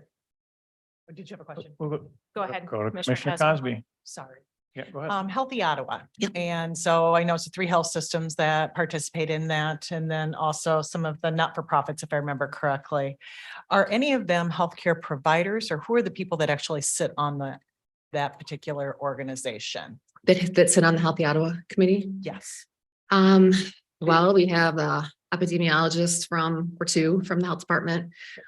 We have from all these changing hospital names. I'm trying to get this right. No, From just whether they have Corewell their Health. Well, no, just an physicians or their example. They have physicians, nurses, who, social workers. epidemiologists, doctors, at least one doctor that I know of for sure. It really depends on the department. We have some like wellness and health promotion, community members, or not community members, hospital partners. United Way sits at the table, so they're not necessarily a health partner, but they're involved. Any administrators? Or people with a business interest? I'm trying to think. We do have like finance people from some of the hospitals that join from time to time. We usually meet quarterly, but then during the years that we're in cycle, like right now, we meet monthly. And so it really varies who can show up from an organization, sometimes based on what's on our agenda for that day. But we'll have finance people. We have, I think someone by trade is a social worker. Okay. I can't say for sure. Forgive me. I feel like they're going to be mad if I can't remember them, but I don't think there's any nurses right now. And well, it's not even the nurses piece. I just want to make sure that we have healthcare providers. Yeah, that are absolutely. there. Absolutely. And we have a doctor from Trinity Health that's been very involved. And using trends to make determinations regarding the questions then? What Oh, they absolutely. And see. we work with, the person we contract with, who we're talking about paying today from VIP Research. That's what he does. So he is very involved in questions and trends and helping us consider, for example, if we want to change wording on something, is it more important to us that we're going to be able to compare back to a few years ago in Ottawa County, or is it more important that we're going to be able to compare to what the state and the nation are doing? And we have some really long conversations around what's in the best interest of our county and how we should ask the questions. And typically what we're looking for is year over year, any changes in some of the programs or some of the outcomes, I'm sorry, from the program. So your Yeah, question should absolutely. stay the same. And I am noting some different new added questions too. My biggest concern, honestly, and I know we can't change the questions, so I want people to be aware of what those surveys are, but we're not putting business interests of health systems before the people of the community and their needs. So. Oh, absolutely. I know there are questions that not everyone will agree with, or, people might not agree with someone's lifestyle choice. But we have the responsibility to assess and monitor the health of our community. And so if we know things might be changing or characteristics of our community might be changing, and we might need to do different things to make sure that people are receiving the healthcare that they need, those are questions we need to ask. And I guess an example I've been thinking about in my head for the last few days is, I don't necessarily understand or agree with the lifestyle choice of smoking, but I would never say we can't ask a question around, do you smoke? Because if people smoke, we need to have programs available and services available and prevention for kids and knowing when the age of onset is for smoking and things like that. Ottawa County overall is very healthy. The only thing that I would tell you that year over year, since I've been here since 2011, our obesity rate has not changed. You know, you're talking to the girl who was the nutritionist for the county for the past 20 years. So, so we're trying. Yeah. We're really trying to do a lot with healthy food access. And I'm sure you've heard about our Step It Up walking program. And I know Addie and Dr. Gwen were asked those questions. I was listening and trying to yell into their ear when I wasn't here. Say this, say this. So, yeah, we're definitely, you know, we're aware, we're trying to make the healthy choices, the easy choices to make here. Unfortunately, it's just taking a little bit longer than we'd hoped. Thank you. Any additional, Commissioner Miedema? Just want to preface what I'm going to say next. I don't want you to feel like there's no questions that you're going to have to answer. I just want to provide some feedback. And I also want to preface that I understand the vote tonight is regarding really receiving money back from the partners involved with the memorandum of understanding. So just prefacing that before what I share. I think if I could go back to the second week of January and having all this information, this is kind of what I would base my decision on. So I've spent quite a bit of time reading through all the material, conversing with people serving in our healthcare community, as well as many constituents. And I've spent time asking questions relating to the motion before us this evening.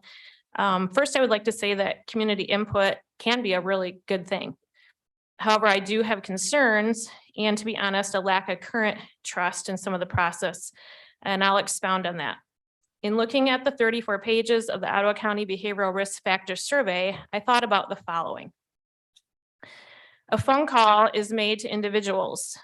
This phone call and survey take about 25 to 30 minutes, is mentioned in the survey. First, I wonder who will randomly allow that much time and with no prior notice.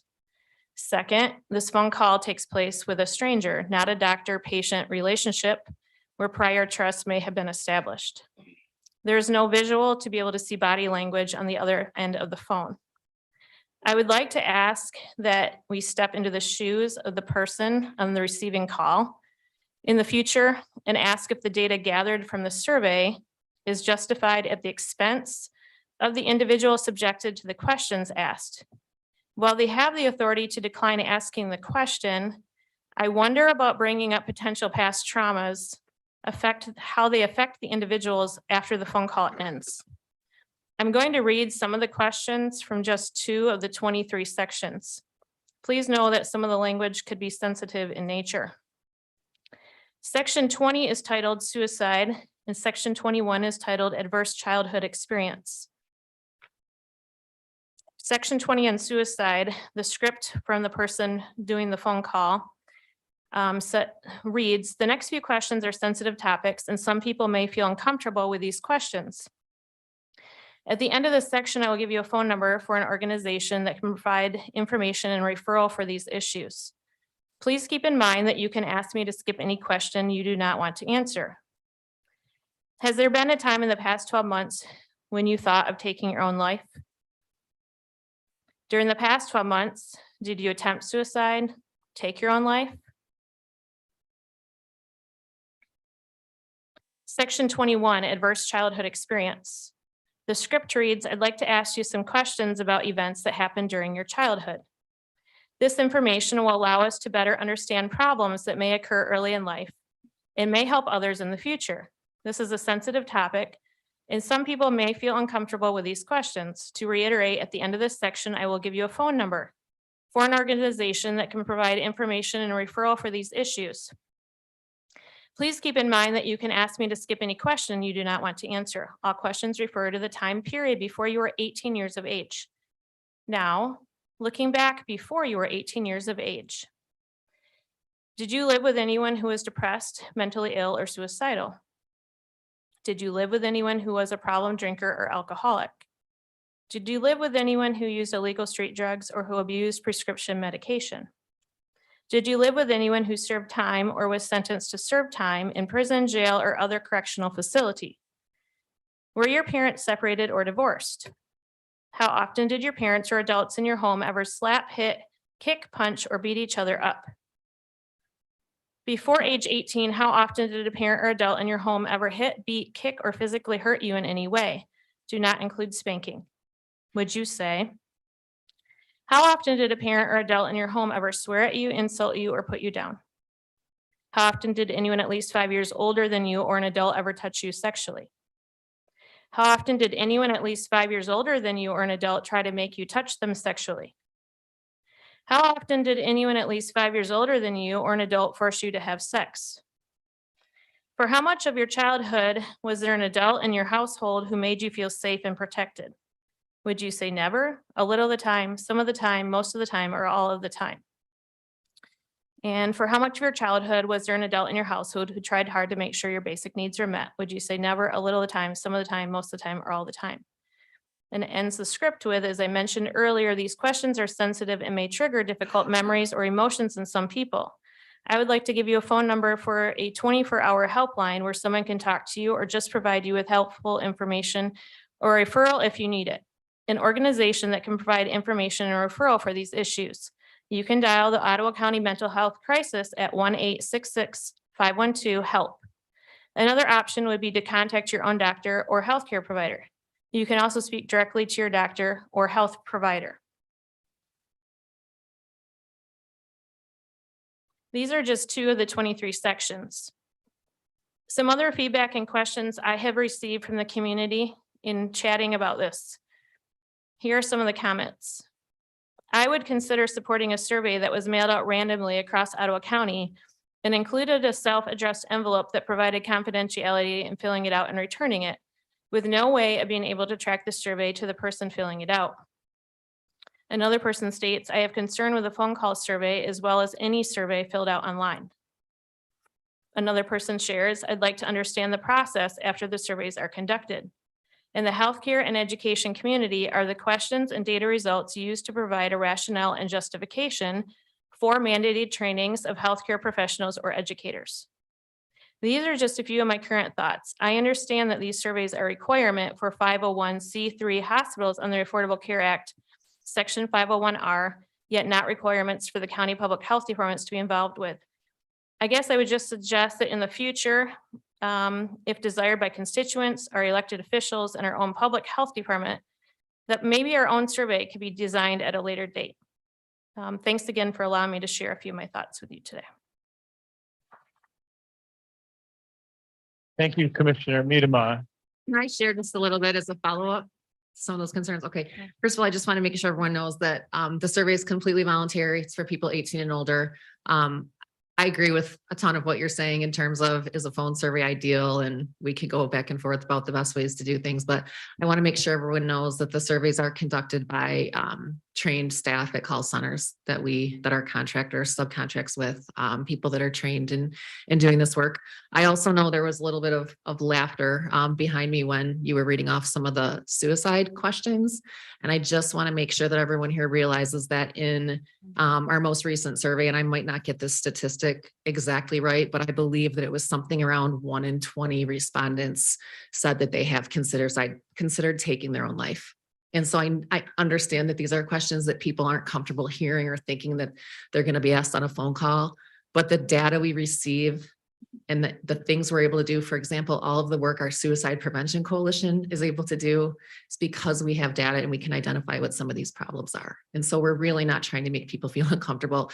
The questions, a lot of the ones you referred to around ACEs, the adverse childhood experiences, the ones you read at the end were the protective factors, because there are also some things that we have learned that if people have those protective factors in their lives, that it can help compensate for maybe some of those other things. So again, I just want to make sure everyone knows we realize that this isn't, probably a real enjoyable survey for a lot of people to take, but also just that we do put out a press release. And I know I just heard Kent County's the other day, so ours will be something similar soon, but that this assessment is taking place. And if you get a phone call and you don't recognize the number, if you please answer the phone and consider taking the survey and the reasons why we're doing it. So we try to be as as upfront and letting people know that they could be called. And again, is it perfect? No, because people have cell phones and, I know a lot of people that don't have a 616 number, even though they live in Ottawa County. So it's not perfect. But right now it's the best we've been able to do. Commissioner Rhodey. I just want to follow up on Allison's concerns because I could have read the same paper. I had the same thoughts as her. Can you speak louder? And yes, I just said I completely agree with Allison and I have the same concerns as she does. I would note that I think it's important that it is stated in one of these documents we have that the Ottawa County Department of Public Health will be listed as the study sponsor to ensure better cooperation rates.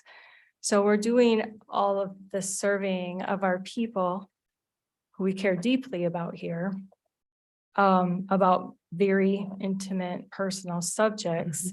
And we're doing it on behalf of other entities as well. And we're saying that we're the ones who are conducting this survey to get better cooperation rates out of our people. And so, a lot of our people trust us. They elected us to be here and to watch out for them. And honestly, it really bothers me that they will be called and to be told that Ottawa County Department of Public Health would like them to participate in a survey and then to be led down this line of questioning. And personally, I am very concerned about the suicide rates. I'm very concerned about what being put through this, what kind of a place that's going to bring a person to. And I'm concerned about the liability to the county, honestly, about walking somebody through this stuff, bringing up things that maybe they haven't thought about in a really long time. And they're left there alone. I mean, they're given a phone number, but they don't even have a face that they're looking at to process this with. And so I understand that we're looking at, memorandum of understanding tonight, but I think this is an incredibly important conversation because what we're doing to our people's not okay. This is not okay. And so Are you we looking need at to this take- year's survey? Because I believe the introduction is even being changed, that the survey is on behalf of Healthy Ottawa. Well, And- I hope so, but I think I'm actually looking at, so that's a good change if that's true. I think you might be looking at 2020. I'm actually, I think, looking at the contract. Oh, That okay. states that in several spots. Okay. That's how they're to introduce it. So. Yeah, we've sort of rebranded, so people are learning a little bit more what Healthy Ottawa is and why we exist. And so That would that's be a sort good of the change. lead in into the phone survey this year. Okay, that would be a good change. But, I understand we're kind of stuck here with something that, some of us aren't real happy with. But I certainly do hope that we go back to the drawing board. If there's ever to be another round of Sure. this. And like we've said before, our door is always open. If you guys have questions, if you want to come meet with us, if you want to get involved and have some input when we're starting the process, when it would be easier to make some changes, I think we, of course, would always value feedback. And just so that it's none of these decisions are mine or the health department's alone. It's, everyone involved. And all of the questions on our surveys are based on sound practices, and every single one of our partners at the table has agreed that these should be the questions we ask. So this is not a health department thing or, one hospital's thing. It's everyone together saying this is the information that we need and the data to help our community. Yeah, and I would just say, I was a social worker a long time ago. This isn't rocket science, I mean, it's not. Some of these adverse childhood events, we knew 20 years ago, that they were problematic. And so gathering this data on our people, we already know these things are a problem. And so I just think we're getting awfully personal and we're gathering data. Like, do we really need all of this data collection on our people? I get concerned with what do we do with this data once we've collected it? Yeah, and I would say, I think the public health experts and like I said, the people on the committee are all saying that, yes, we do need that. And like I said, in the future, I'd love to have conversations moving forward. I have a follow-up question. We've talked a lot about data and different questions and Sure. things like that, and the board has been told that the board has no input on questions. But now I'm hearing an offer maybe in the future for the elected representatives of the people of Ottawa County to suddenly have input. So I'm wondering why the incongruency. Well, I think what I mean is just like we'd welcome anyone in the community to give us their feedback on what they think the information should be. I think it would go back to our group, and the group of professionals would still ultimately decide, but it wouldn't be, what I was saying is like, this isn't a vote for you guys today in terms of what should the questions be. I think we would always take your feedback. It doesn't mean that everything that was said perhaps would completely be agreed with, if that makes sense. Yeah, it does, but- because I hear that the experts will decide, not the Board of Commissioners. In And terms I'm of public health experts. yeah. Yes, yes. So I'm also hearing that we have no oversight of the questions, but you are saying we have oversight of approving that original contract that the prior board last year approved. I think it was November. And The then contract to pay the vendor. yeah. Right, right. And then you're also asking for approval to finalize this process and then share the data that's being collected with our vendor. So the board does have some oversight, even if the coalition or whatever has sought to remove some oversight from the purview of the board. Another question I would have is, I think you answered who creates the questions, the Healthy Ottawa Coalition. Yeah, those we do hospitals. use a lot of standardized questions because we try to be able to compare as much to state and national surveys as we can, but sometimes there are issues that maybe people here have a more specific concern about, and again, have come to us. And, sometimes we'll have funders that want to work with us because they know there are certain things in the community that we need more information about. Why do you think the three hospitals are able to work together so well and want to work with the county on this process? Because we've worked really hard over the last, I'd say, 15 years to develop that trust. I can tell you, this was part of my master's degree project when years ago was developing the vision and the mission and the values for what this work is all about. And it has been a really cool thing to watch silos go down and hospital partners trust each other. We've had people join that are members now or that do this work in other counties, and they tell us that it's different here. You guys don't know how lucky you are that you can walk into this room and the hospitals can decide together. They pool their money, they trust each other to conduct this survey and do this work together. And again, it reduces inefficiencies. Hospitals have partnered on programs together that you really don't see everywhere. But we've worked really hard. That wasn't there from day one. We've worked really hard to develop those trusting relationships. And I think that's why people continue coming back to the table. Those organizations, even if they're different people representing them now, because of that trust that's been built and because it benefits the community. In the beginning of the conversation, I believe it was Commissioner Miedema asked where we were with the process. And you had mentioned that the risk factor survey was not implemented yet. The behavioral risk factor survey, the one that is the phone survey with adults 18 and older. Yes. That one has not yet started. Yes. So I also understand that if the board were to object to any of the questions, the only way we could exercise oversight at this point is to terminate the survey. Right? Terminate the contract? Yeah. Because we can't change any questions or give you input on the questions. We've been specifically told that. At this point, right, the questions have been developed. The survey is, pretty much ready to go. We just need to be able to pay our vendor. So could the county cancel the contract with the vendor and not do the behavioral risk survey that Commissioner The Needham county- was reading? The county could cancel their contract with the vendor. I think, I don't know this for sure, but I think that then our partners would find a way to still have the survey take place, but not use the health department or the county as a fiduciary. But it would be required If that for the makes sense. 501c3s, they would have to do that. They have to do it or else they could lose their tax exempt status.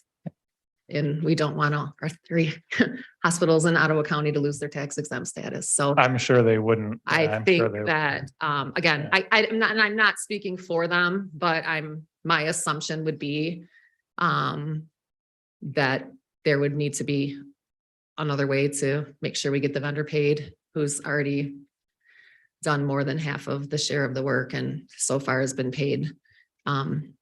Because right now we received an invoice from our vendor the beginning of April for $29,000 and we haven't been able to pay it, even though we have money sitting in our account from Trinity Health that was paid to us the end of last year, beginning of this year. We haven't been able to pay him for his work because the MOU hasn't been approved. So the money's sitting there. It's not the county's money. That was actually another question I had. I was Sure. wondering about the timing of some of these things. It seems like perhaps the contract for the work being performed should have been done either around the same time of the MOU or after the MOU. Could you speak to that? That the contract should have, I'm sorry, can you repeat that? So you said we have money sitting in an account, but you can't pay the vendor for the work they Correct. did. Why That he's wasn't the doing. MOU? Yeah, that is ongoing. But why wasn't the MOU done earlier? So that then there would be no barriers or, The MOUs were, I don't have it in front, well, maybe I do have it in front of me. I'm trying to think when the actual signing of all the MOUs took place, but looks like the whole process The- started maybe in November. Oh, no. yeah, the work that we do with Marty or VIP Research, like I said, we work with him for a very extended period of time. So we've been working with him since probably around November. So that's when the work started. So that's obviously when the contract needed to be in place. And I will say that we've worked with them enough that there is some trust built in. So he has told us, I know that, he'll start working with us before he has a penny kind of thing. But the MOU was more showing that our partners are willing to commit and pay that funding. And so that's what we attached to the budget adjustment. We brought it to you to approval saying, we have signature from all these agencies that they're committed to pay the funds. Are there any other comments from other commissioners or questions? I have a question. Commissioner Bonema. Yeah, maybe to council or the administrator. Should we vote not to fulfill a contract and pay for services rendered? How would that affect our bond rating?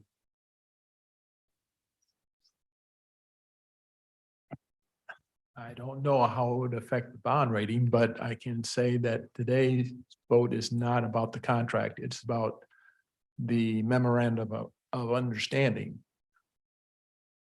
So it's a funding mechanism that was used by this particular contract. If the board wanted to vote on the contract that's ongoing, we would need to amend the agenda. Or wait until a different meeting. Commissioner Curran. Thank you. I know that this is not what we're voting on tonight, but they talked a lot about the YAS. And first of all, I just want to thank you for being up here. I know you've had a ton of questions and you're handling it very well. So thank you. That's what I'm here for. For the YAS, I know that we talked about the YAS survey, which is the youth assessment survey. And the schools have an option to either the ISDs can do it or not do it. And they can even participate, but cut out the It's not even the ISDs, it's by district. They have Oh. the choice. Okay, so my question is I know that there's a permission slip of sorts sent Mhm. home. Is there a copy of the actual questions sent home for the parents to review as well? They don't get a list of the questions, but they do get the link to, they can see They the can go information on there. our website. And it has all the questions that The you're, questions will all be listed. Yep. great. Thank you so much. Obviously, 2023 isn't yet because we're not there Right. yet, but I gotcha. Thank you very much. yeah, absolutely. Quick recommendation, Sure. might be really good to get way ahead of the Yaz survey. Talk to the board before a lot of work goes into it. And Might so be hel- what? Might be helpful.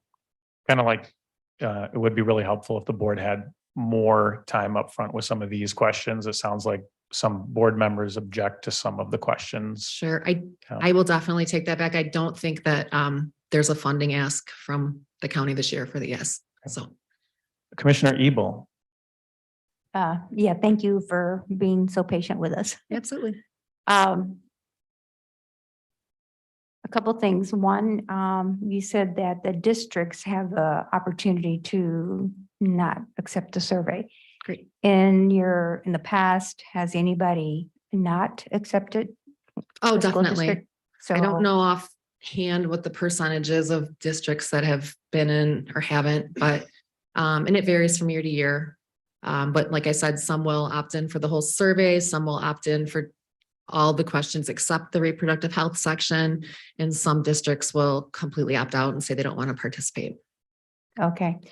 And I also met with some constituents regarding this, and some of their feedback was, how do you go about picking? I mean, you said they have to be 18, but can you walk us through the process of how you go about picking people to survey? Is it a random or? It's is it- randomly, randomly selected telephone numbers. And then if you look through the questions, there's some screening questions at the beginning, like, do you live in Ottawa County, your age, Mhm, and right. those kind of things that would, based on the answers, would make someone not eligible if they weren't an adult Ottawa County resident, 18 or older, that was willing to participate. And how many do you normally use, or how many are required, for the survey? 50%? I know we have 300,000 in Ottawa County, but I'm sure that you're really talking about, the adults and. Oh, it's it's a relatively small, I think we're going for, 1,200 surveys this year, completed surveys.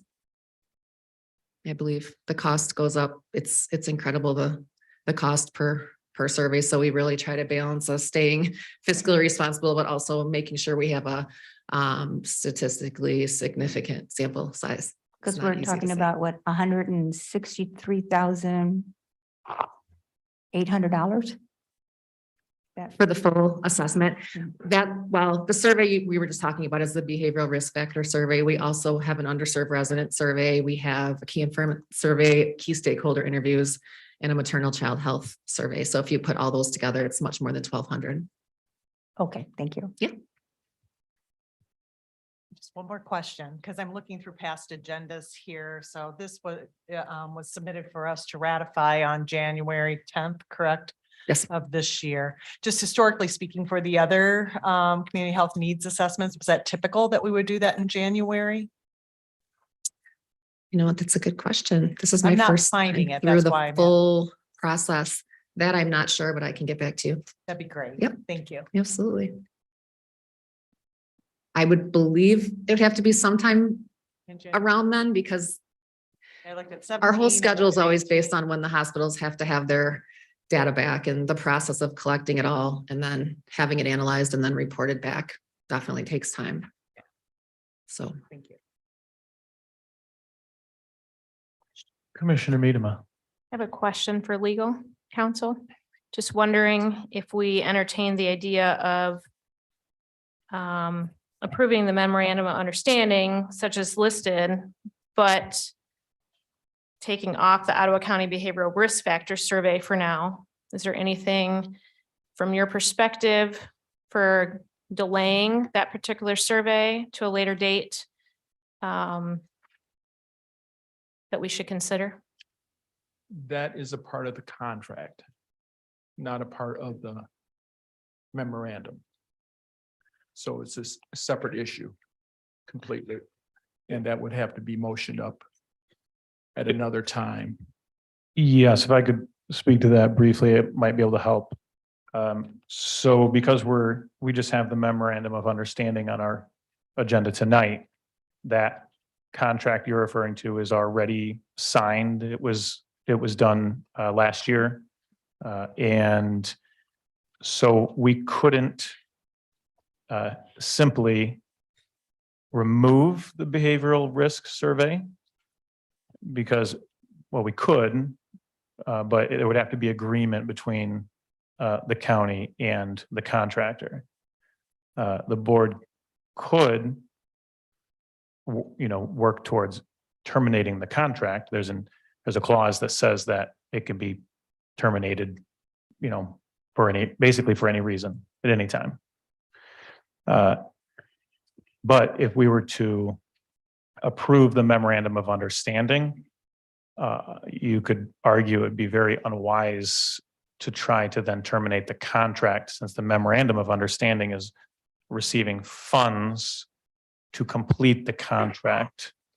So if the board or any members on the board would like more time to either investigate this more or think about it or talk about it, the best option would be to postpone approving the MOU until the next meeting.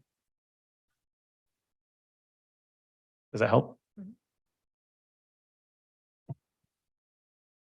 I have a question. Commissioner Curran? Thank you. What is the deadline that you would need a decision by to make sure that? Quite honestly, we're already sort of pushing it because our contractor needs to be able to subcontract with the call center, and we need the surveys to be conducted in like roughly July, August, so that the data can be analyzed, the report can be back to the hospitals when it's due in November. And so, again, that's why, we thought in February, but we were giving it plenty of time. And I understand there's been reasons it needed to be pushed back, but we are definitely running into crunch time. Like I said, we have an invoice from the beginning of April that we have not yet been able to pay. And I would say, yeah, I can't say for sure, but it's definitely going to jeopardize the deadline being able to be met the end of November if we continue to push it back. Thank you. Yep. Could one of the commissioners who remembers this more respond to why it was pushed back? I remember there were a lot of emails flying, questions, and I think at one point somebody spoke to us and said that we wouldn't like the questions or something like that. Somebody recall that? We were told that we could not affect the questions, and they were that specifically, and this is what opened my eyes, honestly.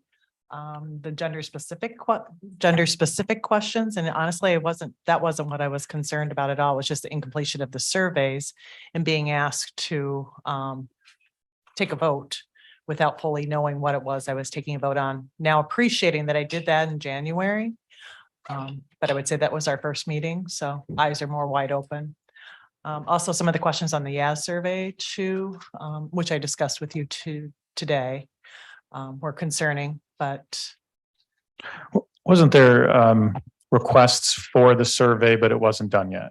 correct, multiple times. Correct. That's part of what we're paying the vendor to do, is help us develop the survey. So it's kind of a vicious cycle of we need to pay the vendor to then start the work and to complete the surveys. So we did definitely expedite finishing up the BRFS questions and getting you guys the key informant survey questions. I think Marcia got those too around the 16th, maybe 17th. Thank you. No, Oh, yeah. I think actually, I think Marcia sent a link to those on. but they weren't complete even on 3/23 of 23. I took time to review, compare year over year, sent to Marcia. Commissioner Rhodey? Yeah, so in answer to your question, I believe that the MOA was first presented to us at the policy and planning or finance meeting, one or the other of those, on February 7th. And at that time, I had originally asked if it would be possible to see the behavior risk factor survey. Part of the reason I was asking for that, and part of the reason that I was comfortable personally and going ahead and moving that forward out of that committee, was because of the timeline that we were provided.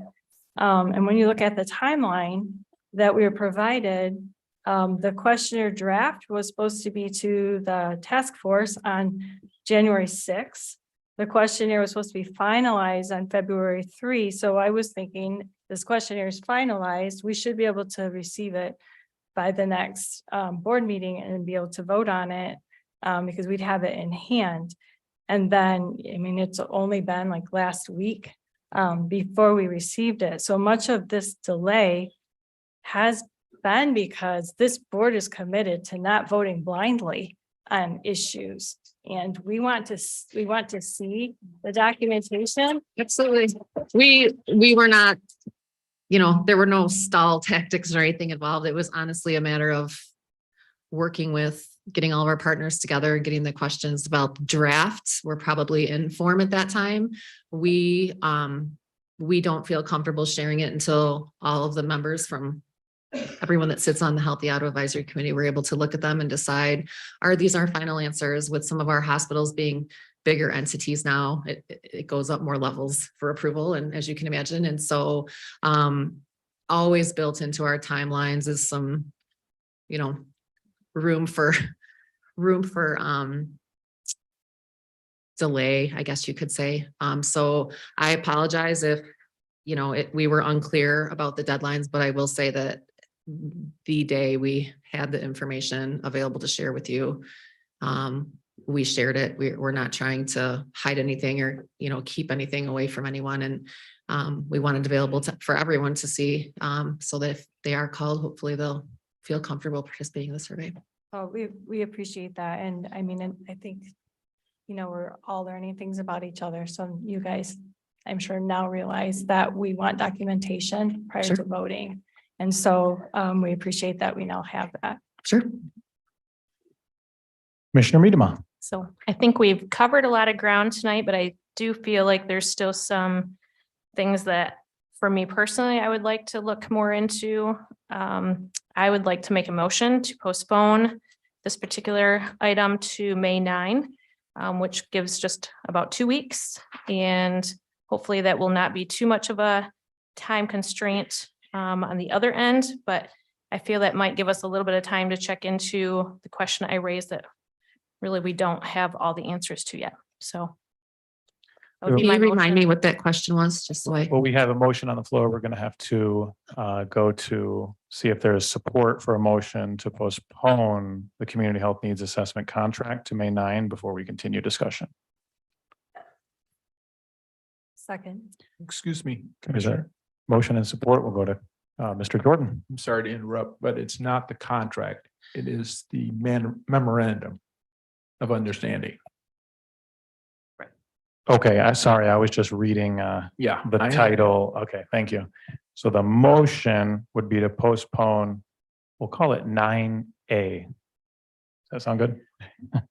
To May 9. Is that, Commissioner Rhodey, is that okay with your second? Okay, do any of the commissioners have any discussion on a motion to postpone? Just a quick question. Commissioner Commissioner, Zalstra. which question would you like explored? So I wanted to explore the possibility of looking at the Ottawa County Behavioral Risk Factor Survey. As Commissioner Moss stated, if we approve the memorandum, then we're really not able to look at removing the Behavioral Risk Factor Survey if we approve that tonight. That's my understanding. Correct. Am I? Yes. Okay. Yep. Anyone else?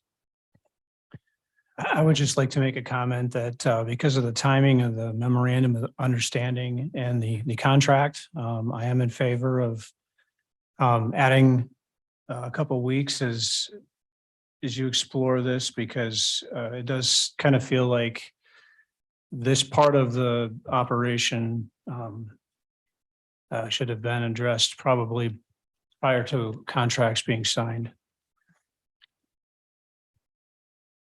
I guess I'll add we'll go to Commissioner Terpstra. Yeah, I just have a quick question. So the way I understand it, there's like two separate things, where there's a contract and then there's what we're voting on tonight, correct? That is correct. So we have already okayed the contracts. The starting of the process already started. We're being billed for it. So we're just voting on getting paid back tonight. So if they wanted to, in like Health and Human Services or something, review the contract further, they could do that then, correct? Sure, but it wouldn't make sense to approve the MOU if the contract was going to be reviewed further. You would want to wait, review the contract, and then approve the MOU.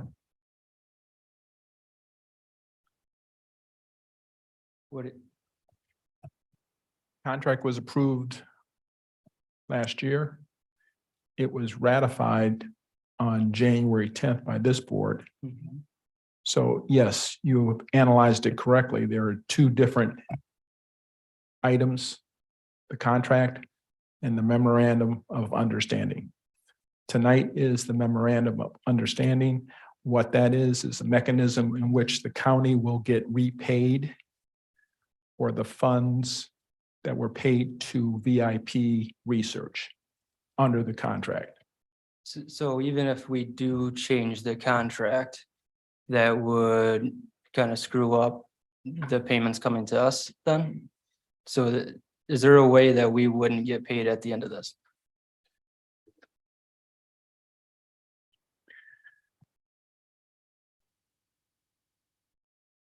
I don't know how to answer that question. How we would not be paid? Yeah, if we change the contract now, we've already paid for the services to be completed. The checks have been written to us, but we can't cash them until we say yes to this. That's the way I understand it, correct? We have already received one payment of 75,000 and 75,075. Well, wait a minute. We paid the vendor. that Yes, much. you We paid the received, vendor. we received 31,575 from Trinity Health and we received 2,000 from Arbor Circle. That's currently sitting in our account. We're waiting to be able to accept that same amount from the two other hospital organizations and then pay the vendor. Yes, it's quite confusing, I must say.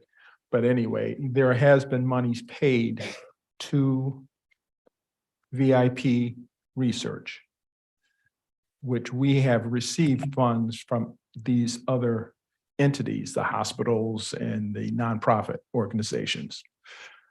Don't know how to answer your question because I don't know the exact timing of where the vendor is, VIP research. I don't know how much work they have done and completed, because whatever they have completed, we'd have to pay. And this memorandum of understanding is a mechanism in which we recoup our funds, the funds that we're paying. If I could add a little more context to answer your question, specifically the MOU is a collaborative project. It's an agreement for a project to that the county and the hospitals will complete together. So I haven't read, I can't recall every detail of this. It's very fine print. But does that help? Yeah, I understand it, but yeah, if we delay this, it's just kicking the can down the road. We're gonna have to revisit it at some point so we can get our money back. We paid. Well, we just need it back now. Good question. Well, There's as a- actually more to it than that. If the county were to possibly renegotiate the contract with the vendor and not do the behavioral risk factor survey, then the county would not owe money for whatever work is not completed. And according to the information we got here tonight, that survey is not implemented yet. So we wouldn't have to pay for what was not implemented if that was perhaps renegotiated. Does that help? Can I add one other thing? Is we spent a great deal of time today looking at this, not only the contract, but looking also at the memorandum of understanding. And it is very convoluted to some extent. But we did make some sense of it. And I think it's not just the county that has done this, and Commissioner Moss has correctly analyzed it and stated it, that it's a partnership between all of these entities. And the way they have done it is that the county is paying up front, and then we're getting reimbursed from these other entities. So we have monies that have been paid, but we also have some monies that are sitting in an account we can't do anything with because this memorandum has not been approved. So my understanding is. And the memorandum specifically would, I'll use the word require, the county and the health department, the collaboration to do the behavioral risk factor survey. So if there's a motion to postpone, to analyze whether or not we could remove that or change it or renegotiate something, the board would be ill-advised to approve the MOU if we were looking to make changes. You wouldn't want to approve the MOU and then try to back out of it. But Commissioner Bergman. Sure. So my understanding is, let me just see if I can clarify if I understand this. So we've been paid this money and they're waiting for us to pay that money out as part of the bill. Is that correct? We've paid everything. We've paid We're waiting to get the money back. No, we've only paid one invoice. Okay. That is correct. We have only paid But one. you said there's money sitting there to be paid. We have a second invoice that we've had since the beginning of April for 29,000. There's 33,575 sitting in our account from two of our partners that we haven't been able to increase the budget and revenue and then pay the vendor because this MOU and the attached budget adjustment haven't been approved. So the money's sitting there. We've got the money. Yes. That's what you're saying. Yep. Trinity Health and Arbor Circle paid us earlier this year. So we owe that money. Yes. Right. And we'll owe more if the entire process continues. We would then owe for behavioral risk survey and anything else to finalize the cost. Commissioner Rhodey. And I would just note that that is $72,000 for the behavioral risk factor survey. So that's not. Can you speak louder? Yes, the behavioral risk factor survey is $72,000. So we have not paid for that piece yet. And if Because that it's not been doesn't take completed place, yet. that would jeopardize all of our hospital systems tax exempt status Unless they completed it themselves. unless they completed themselves, but this contract has been approved. And so they've been planning on working with this vendor and it's the end of April. So that would put them in a really tight spot to find someone else to do it. So you're saying if board members have a concern about the questions, there would be great pressure to just simply say, okay. Because I'm of the just making you hospital. So- aware that the decision tonight isn't about the questions. The decision is about accepting the funds to pay the contract that has already been approved and ratified. And just trying to keep the interests of all of our partners in mind, because these collaborative partnerships are really important to us in the work that we do. And so I really want to make sure that we continue to be seen as a good partner in this community and that people want to continue doing this work with us.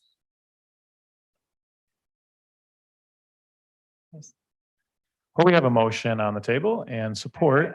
I just had. Additional discussion. I would like, I'm looking at the behavioral risk factor survey right now. And I mean, with the Speak in exception, your microphone a little more. with the exception of a couple of the questions here, I'm concerned that we also have some risk if we don't go forward with this, with the other questions that exist. Could So- you elaborate? Could I elaborate? Sure. Things like, things around alcohol use, cigarette use, healthcare access. I'd have to get up to the, Can you get closer? sorry. So chronic pain, marijuana use, chronic health conditions, health status, healthy days. I mean, suicide risk, oral health. I mean, some of these issues are definitely issues for any community. I don't know if I honestly would vote in favor to not fund this, I have to say. Commissioner Curran, and we'll go to Commissioner Terpstra. Lisa, from what I can tell, and maybe I'm missing a point here, and tell me if I'm inaccurate, but it seems like from what I can see, the board would like some additional input on what the questions are on the behavioral risk factor survey. Is that fair? The survey is already available. Oh, So okay. it's, yeah, you guys have had it for, I believe, a week. I just read. Well, first. okay, then I'm confused. Could I you please apologize. restate your question? So, thank you. So I guess my question is for this other piece that hasn't been done yet, are we able to renegotiate the contract, or is that not something that typically happens? I really can't speak to that. It hasn't happened before. I mean, I know our partners that are paying into this to make all these other survey pieces happen, need this behavioral risk factor survey to take Yeah. place so that they're in line with the federal regulations. So I think it would be difficult to ask them to continue to fund a part of it when they're not getting what they need. Mhm. If one of the pieces is left out, does that make sense? Mhm. Are all of the questions that are in the behavioral risk factor survey required for them to get their certification? There's no, that I know of, requirement of you have to ask this question, but you have to conduct the survey. Commissioner Terpstra, sorry, did you have something? Yeah, just, this isn't necessarily taxpayer money because we're paying it, but then we're recouping all of the cost from the partners, correct? There was general fund money that goes to pay for our 31,575 that each hospital is contributing. The health department is contributing as well. Okay. So our portion was paid in December because that was the money that we already had available when we started working with the vendor. But going forward, maybe like next year, the hospitals might not want to go through this process. Would they be able to find like a third party or a different source to do these surveys? If we didn't work with them, you Yeah. mean? I mean, we have a statutory requirement to monitor and assess, the population, the health of our population. And so we don't have a federal requirement that we have to do the community health needs assessment, but it makes total sense for us to be involved. What I don't know what would happen if we weren't that fiduciary or that neutral partner.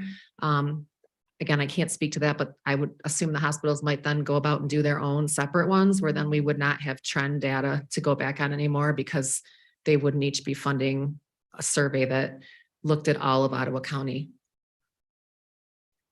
So all of the trend data we have from the past 5 cycles would not be able to use comparatively.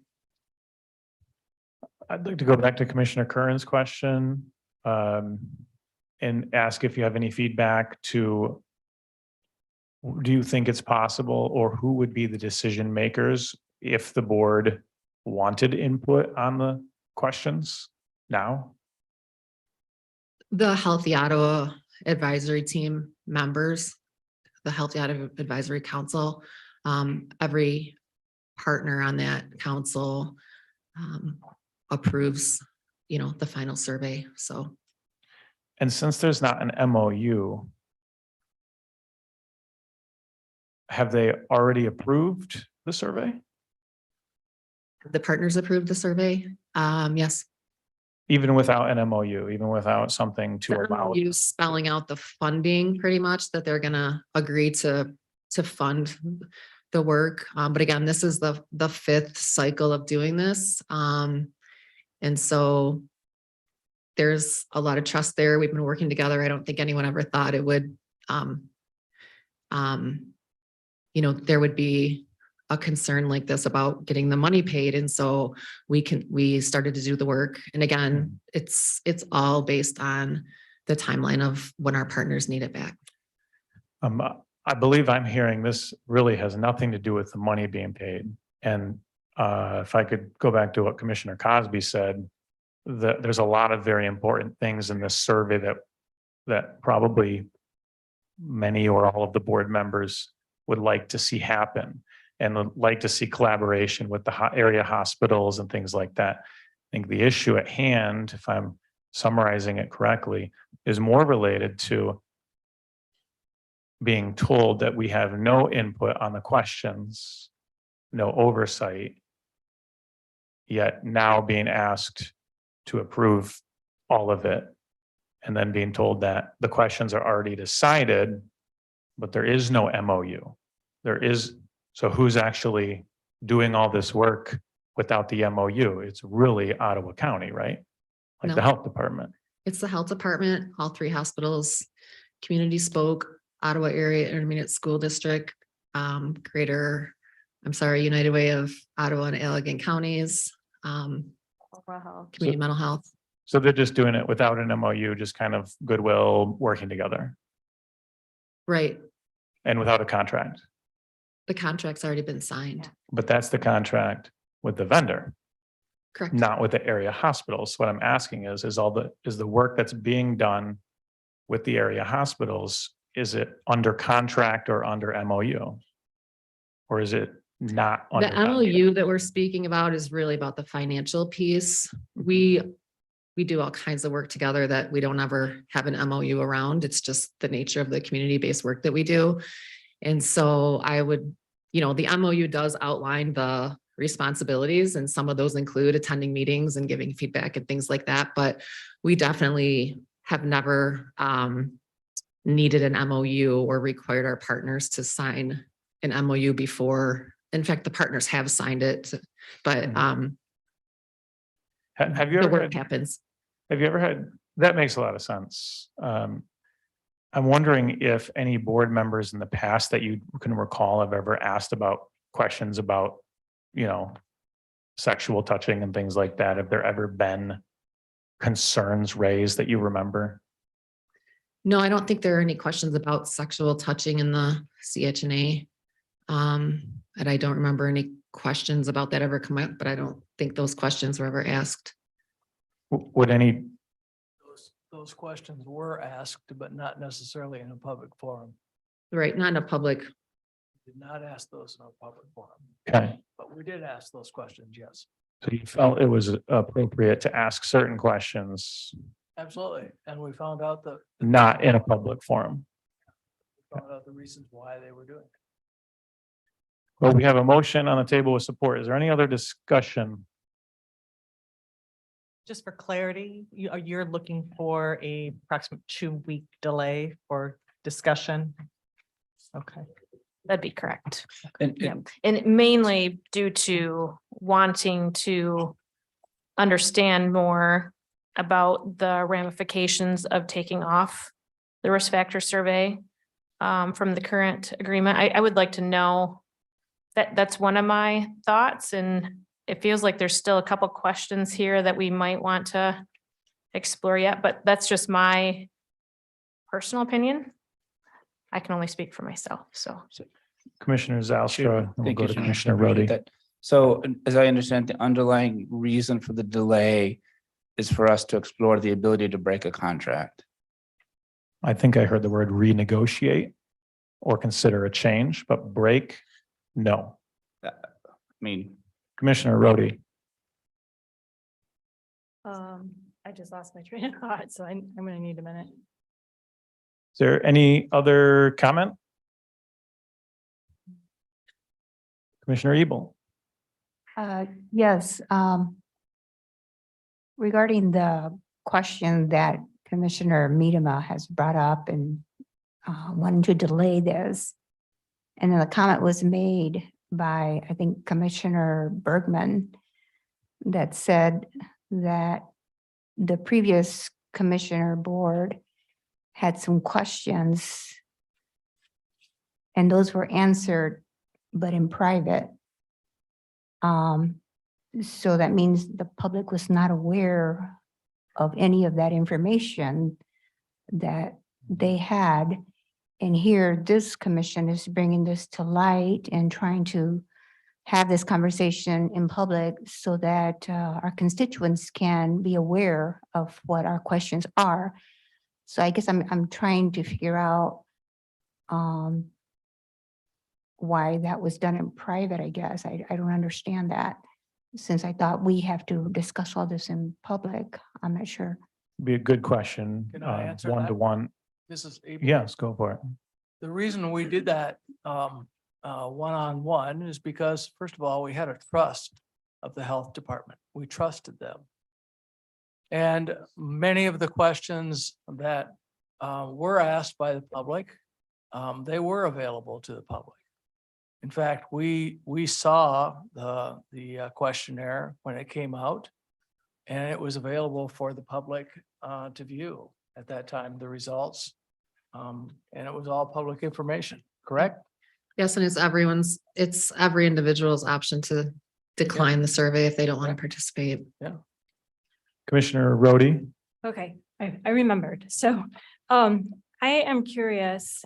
I think, a lot of our concerns center around the adverse childhood events questions.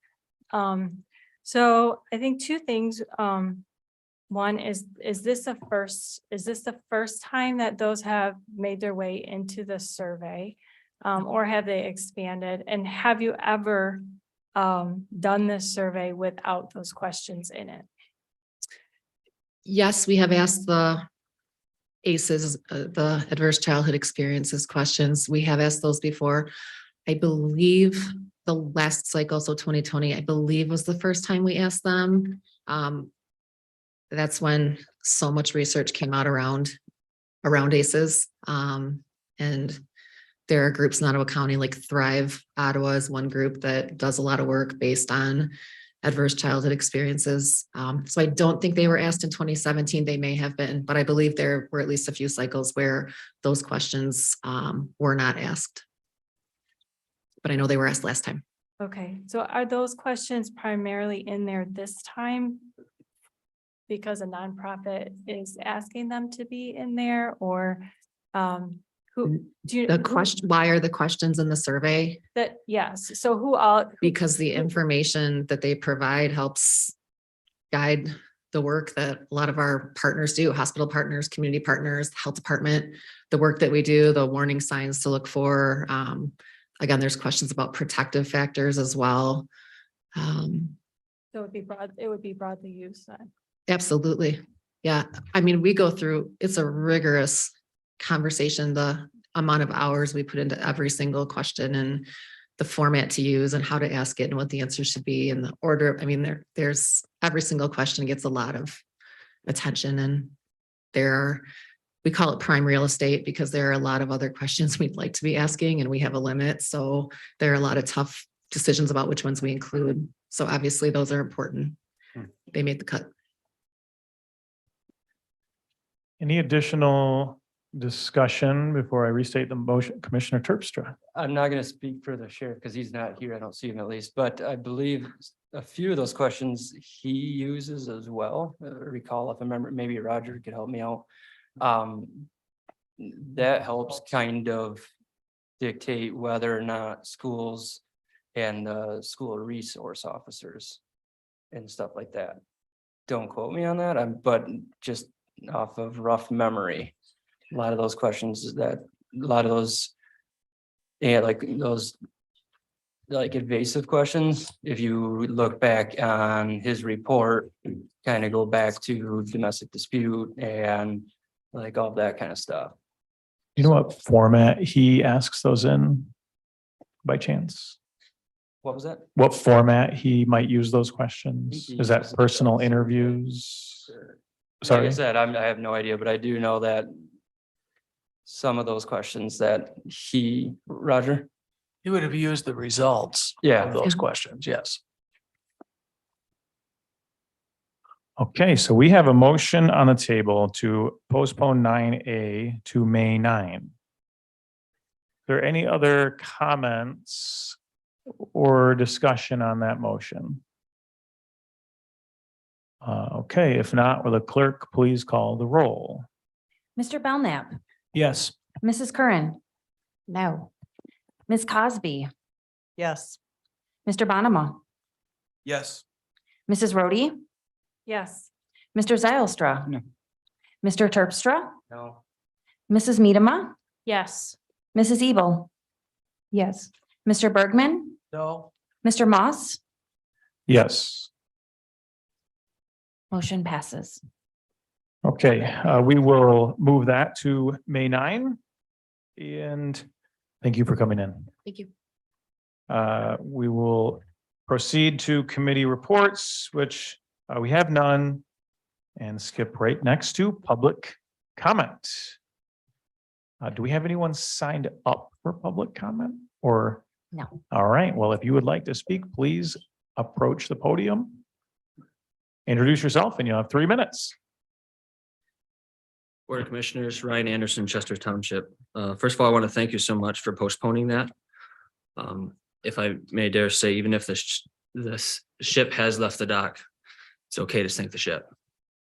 What is a bond rating compared to the souls and lives of those in Ottawa County? We've talked a lot in the public comments tonight about the Second Amendment as it relates to public health and the public health crisis that we are facing right now. But it is grooming questions like these. It is the breaking down of the family. It is the destruction of the church that causes this mental health crisis. It is what the communists have been trying to do and are accomplishing in our community, breaking down the family and the church. This causes the mental health crisis. Stable nuclear families is what builds a strong community in a county, a state, and a nation. And when you break down the nuclear family, when you disrupt church and the family, mental health crisis is what you get. And then the communists are happy to stand on the dead bodies caused by domestic violence, gun violence, and they stand on those dead bodies and then advocate for taking away our right to defend ourselves and the right for the Second Amendment. It is vile, it is wicked, it is evil, it is perverse to do such a thing. So I want to thank you for postponing these questions. I want to encourage you to do everything you can to have those perverse questions stripped from the survey. And I want to also remind you that keeping the community safe, keeping the community healthy is not your role. Your role as ordained by God is to punish evildoers and to praise the good, to encourage a Christian society, to not make sure that people are safe. God has ordained other institutions to accomplish those things. And when government steps in and tries to pervert God's created order, this is what we get, the mental health crisis that is ripping apart our community. So thank you for postponing that. I would encourage you to do anything you can to have this survey stripped from this contract. If you have to break a contract, break a contract. What's a bound rating compared to maintaining the cohesion of our community and conducting ourselves in a way that is worthy of the blessing of the Lord? Thank you. Thank you. Is there anyone else? Adria Hill, Holland Township. So tell me, what conversations did you guys have with each other outside of this public view? A moment ago, you just pointed your finger at the old board and other board members for having a conversation with public employees. So you're telling me that you've not had any conversations outside of public view with any county employees or each other? Please, let's stop the hypocrisy. Let's stop looking for ways to point fingers and blame and start working together. We are all here because we care about the county. We care about our neighbors and we want the success of this county to continue. But this infighting, this showboating that you're doing is not helping the health of our county. Thank you. Is there anyone else? I'd like to remind you, I heard a lot of people say that. If you could please introduce yourself. Bob Borsma, Park Township. Heard a lot of people talk about the Second Amendment guaranteeing the right not to be infringed upon. the Supreme Court in a majority decision written by Anthony Scalia found that it confirmed the legality of prohibitions on the possession of firearms by felons and the mentally ill, and laws forbidding the carrying of firearms in sensitive places, and laws imposing conditions and qualifications on the sale of arms. To say that the Second Amendment guarantees an unimpeded right to have weapons is incorrect by the findings of the Supreme Court as written up by Anthony Scalia. Thank you. Is there anyone else who would like to address the board? Welcome. Bob Dix from Spring Lake. The lady that was up here just a while ago about the memorandum of understanding, the stuff that she wants to put through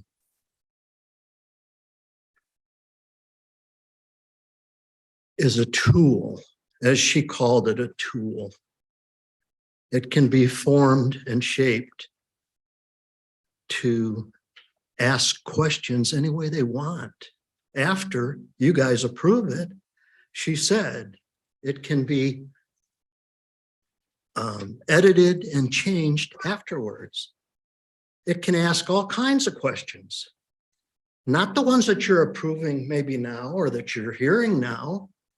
It can be, they can ask all these perverted questions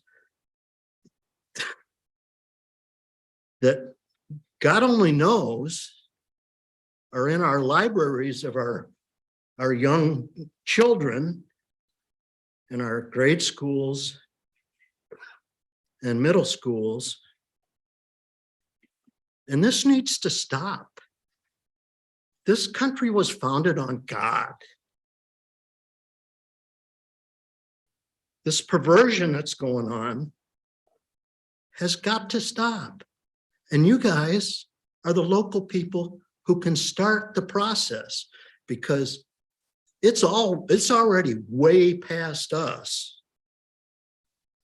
above us at the state level and the country level. So we have to start here. So I'm hoping that the Holy Spirit will come down on all of you and really think about every decision that you make when you make these decisions for the county. Thank you. Thank you. Is there anyone else?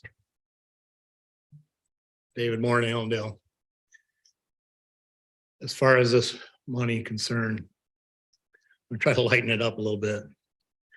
I'm reminded of when I was a young teenager, actually preteen. And I sat at the kitchen table and my mom brought out sauerkraut. It was bad news. You sit there to eat it. And after a couple hours, I finally quick put it in my mouth and I ran to the bathroom and I threw it up. There's a time and a place for everything. And I'd recommend the next time you're served sauerkraut, quick grab your mom and take her out to eat. Sometimes you gotta swallow what you've been given and do the best you can to learn from the problems with it. Because there are many problems in life. And learning is part of what human beings are supposed to do. As human beings, we are not animals. We don't go chew our cud and do the same thing we did the day before. We're supposed to be intelligent. We're supposed to learn. We're supposed to go beyond who we are and what we are. For those that believe in God, God has mandated us to become more like him. And we're not. We're all sinners. We can't pick perfect people to serve on that board because they would be empty. So there needs to be grace and understanding for all of us. As far as the Second Amendment is concerned, the Supreme Court of the United States of America does not have the final authority on what the Constitution says. I, as a people of the United States of America, give the government any authority. The only authority you have is what these people give you. Never forget that. They can make their decisions, but they do not trump the Constitution. And they never will. I have two hands. They can help pull you out of the mud, or if you try to attack me, they can destroy you. And make no mistake, there are those who have felt both sides of that hand. I have given my shirt off my back to help somebody in need. And I have been attacked by government, and I have stood strong and to the bitter end, sometimes holding on with my teeth, but I will still stand. I was hopeful that things would start getting a little better. I'm disappointed. I know things can be better.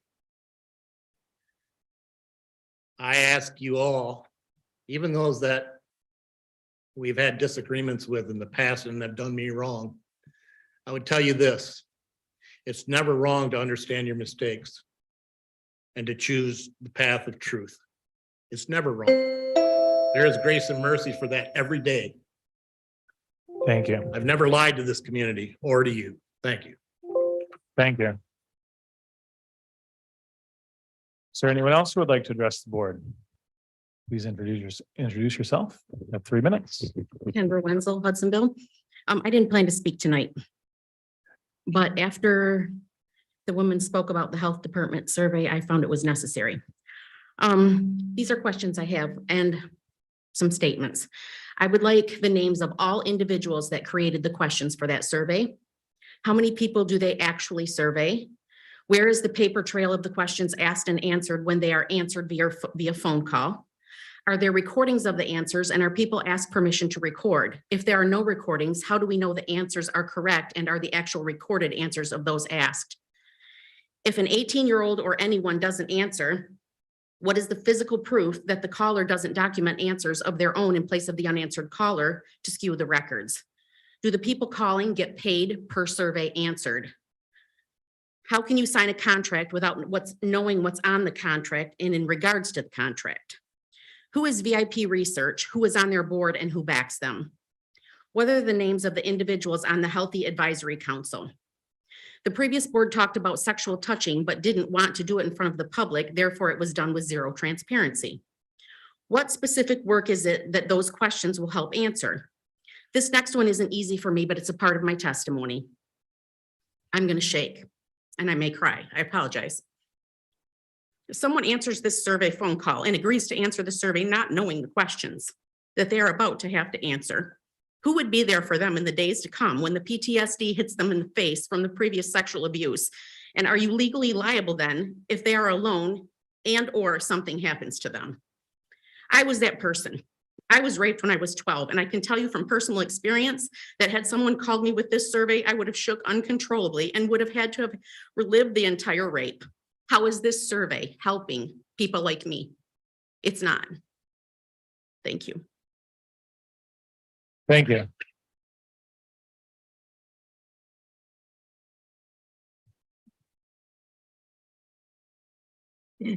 Aaron Jacob Pagner, precinct delegate, precinct 1, district 4.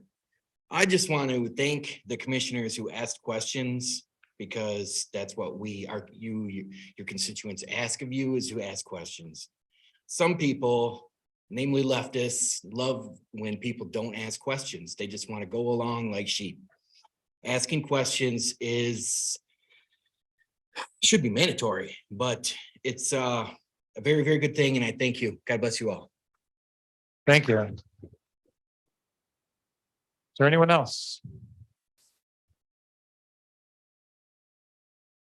Dan Zimmer, Port Sheldon Township. With regard to survey questions, when squeamish and uncomfortable with the answers, you control the questions, an avoidance technique. However, that does not change the metaphysical reality of the community. I would like to congratulate the Ottawa County Health Department on their recent recognition by the National Association of County and City Health Officials, recognized for significant activities and accomplishments to the field of local public health, demonstrated service to the advancement and impact to local public health, commitment, skill, and effort demonstrated on behalf of local public health. The 4/18/2023 Health and Human Services Committee meeting was rather confusing. Sylvia tried her best to acknowledge the long history of health department successes with regard to recognition awards of 2022, 2020, 2018, then seemed dismissive of it all, noting NACO had nefarious policies such as sex education policies, health and equity, social justice policy, climate change policy, policy on police violence and racism. Just when I thought Sylvia had sucked all the oxygen out of the room, Joe took over with his pen pal letter from Brad Winstrup. The letter blamed child obesity, child suicide, learning loss, depression, anxiety on NACO policy. It also claimed 9-year-olds lost 2 decades. That would be 20 years of educational progress of reading and math. How is that possible? A 9-year-old has not been around 20 years. Board members must attack, demean, demoralize, and the standard of excellence regarding the health department. With the pending lawsuit, any glimmer of good must be neutralized. Anything less leaves you looking like a consortium of fools. It is clear and self-evident that Chairman Moss is driving the payback revenge bus down my way, highway. Revenge is committing harmful action against a person or group in response to a grievance. It is also called vengeance, vendetta, payback, retribution, retaliation. With as many Bible scholars present, be reminded the Bible says that revenge is God's domain, not yours. Thank you. Is there anyone else who would like to address the board? Lori Grassman, Robinson Township. So today I started watching the subcommittee from the letter that Joe spoke about, and the amount of information of the things that the students have lost is astronomical. And as I stand here today listening about this survey, I wonder, and I look back to, I spoke a year ago and I said that the men in this circle sacrificed children for safety, and that they sat there and let those seats hold their spines up. And I'm glad that you guys put this memorandum back, because you're going to do it again, because these children don't need to see these questions. I have a niece that is going to be in 8th grade next year. I've called my sister many times and told her about this thing, because she is an innocent. She still names her chickens, she names ants, she names any animal that's near her.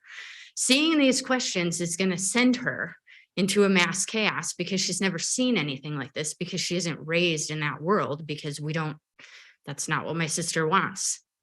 Yet she doesn't actually know about these things, because they claim that there's mass mailings, but these things get by moms that are doing busy things with 4 children. So they shouldn't be there.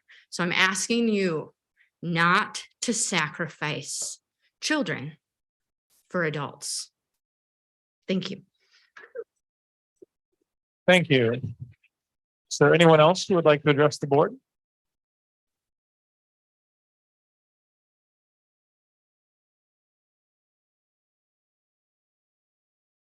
Thank you, Harvey Nickel in Georgetown. I talked too long before. I have 3 documents here. The first one is that immunization policy that was passed in 2014. The second one is a scientific paper out of the American Physicians and Surgeons Journal about the toxicity of aluminum in children's vaccines. The third is the VAERS report again. The numbers are climbing, so the vaccine is not safe. There's a lot of adverse effects and a lot of deaths. In fact, the H1N1 vaccine is pulled after 50 deaths. We now have, if you multiply 35,000 times 50, you've got probably 150,000 deaths, and there has not been a single investigation. I found out that it's a federal law that if there's a death within 60 days after a vaccine, the company must prove that it's not from the vaccine. Where are those proofs? I had a comment, my wife said there's on the video of the YouTube video, is why is he always giving papers? Well, I'm giving papers because a year ago I was told 3 times I'm a liar, and I resent that. So you'll always find me giving you the papers from which I get my data. Thank you. Is there anyone else who would like to address the board?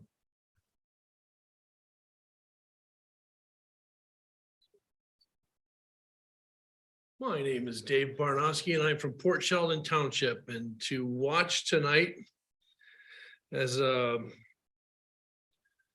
someone who appreciates good government, it was painful. But as someone who wants to prove that you are not competent at your positions, it was a gift, and I thank you. Thank you. Would anyone else like to address the board? Welcome.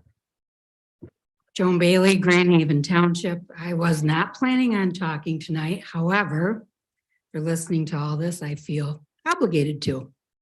And I'm very thankful for the new board asking the questions and not blindly approving things, because it sounds like that's what was happening with the previous board. So I appreciate this, doing this in the public forum. I had no idea these questions were on there. And quite frankly, it makes me sick to my stomach. Are you kidding me? I mean, what is the deal with this past board? I don't care if people are saying, oh, quit fighting it. No, this is healthy debate. Questions should be asked before approving things.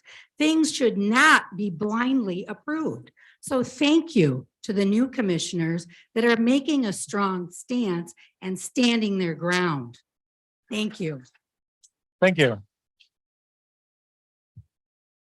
Is there anyone else who would like to address the board?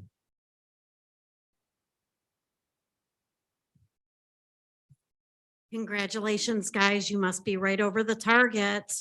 Also, I'd like to just say one of the things that really why so many of us are here is trust.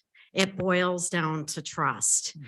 We didn't trust the health department during COVID, which was a big, big eye opener for so many. And now, I mean, you can receive all the awards that you want, but it still boils down to trust. And COVID and how it was handled with the information that is out there between the Pfizer documentation, the Fauci emails, there's tons of documentation out there. What it boils down to is trust. So thank you again for what you're doing. Appreciate you. Thank you. Is there anyone else who would like? Welcome.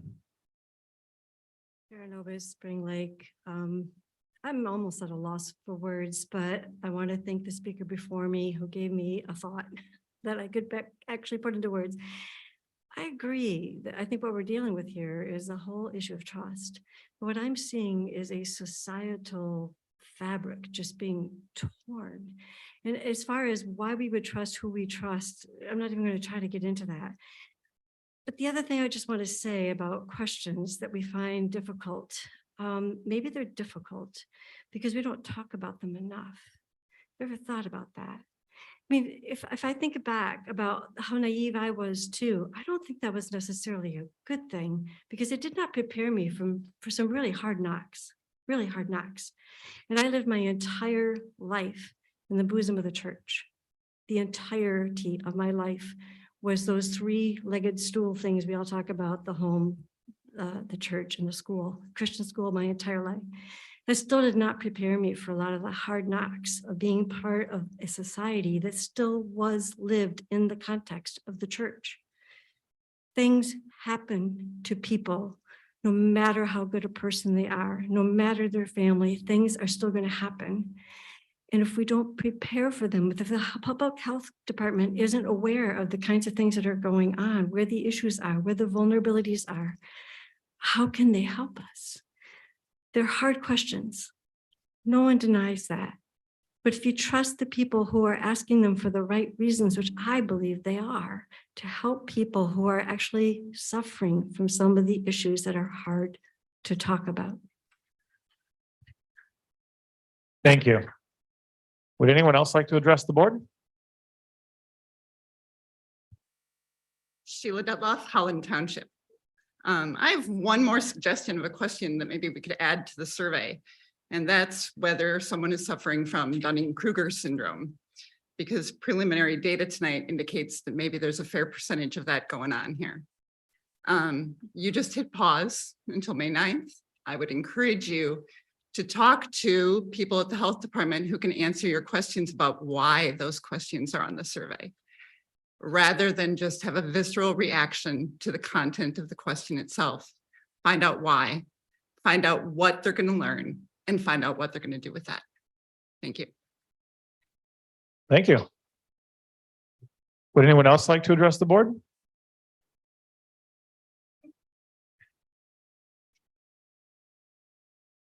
Hi, my name is Christy Mepelink. I'm from Zeeland Township. I've shared before thoughts on the youth assessment survey. I'd like to share some of them again.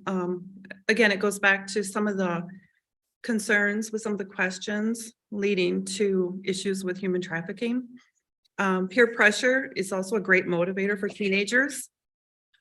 If some of these kids are being asked questions that they've maybe never considered, are they going to start thinking that those are normal and they're the ones that aren't normal?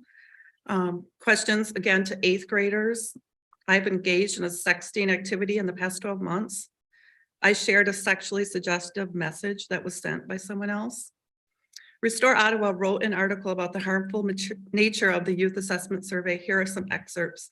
Results show that roughly 10 to 25% of students are responding yes to questions regarding sexual behavior and drug use. Again, if a child responds no, perhaps experimenting with the behavior has never even occurred to them. After taking the survey, however, the child begins to think, I'm the only one that hasn't done whatever it is. This means that roughly 75% of our children who haven't experimented or even thought of experimenting are being told that these behaviors are common among teens. Furthermore, the results of the survey have been presented to sex education advisory boards and used to implement more explicit sexual education courses in school districts. Again, I agree that as a parent, it's easy to miss and opt out. And if they're going to be allowed to have these surveys, it almost needs to be more of an opt-in. Someone had mentioned this adult one being more of a mailing type thing where it could be an anonymous thing. I think those are great things to consider. I do have concerns with the questions in these surveys, and thank you for your time. I appreciate all you're doing. Thank you. Would anyone else like to address the board? Anybody online? Yes, we do. Wonderful. If you could please introduce yourself, you'll have 3 minutes. Hi, my name's Joe Spalding. I live in Holland Township. Noticed driveway Dave's up there in the front, and I actually have a sauerkraut story too. It's a little bit different. When I was 5, I had a babysitter who was pretty abusive and did that sauerkraut thing. But when I wouldn't eat it, I got a dirty washcloth in my mouth. And that babysitter was my brother's godmother. And that brings me to trust.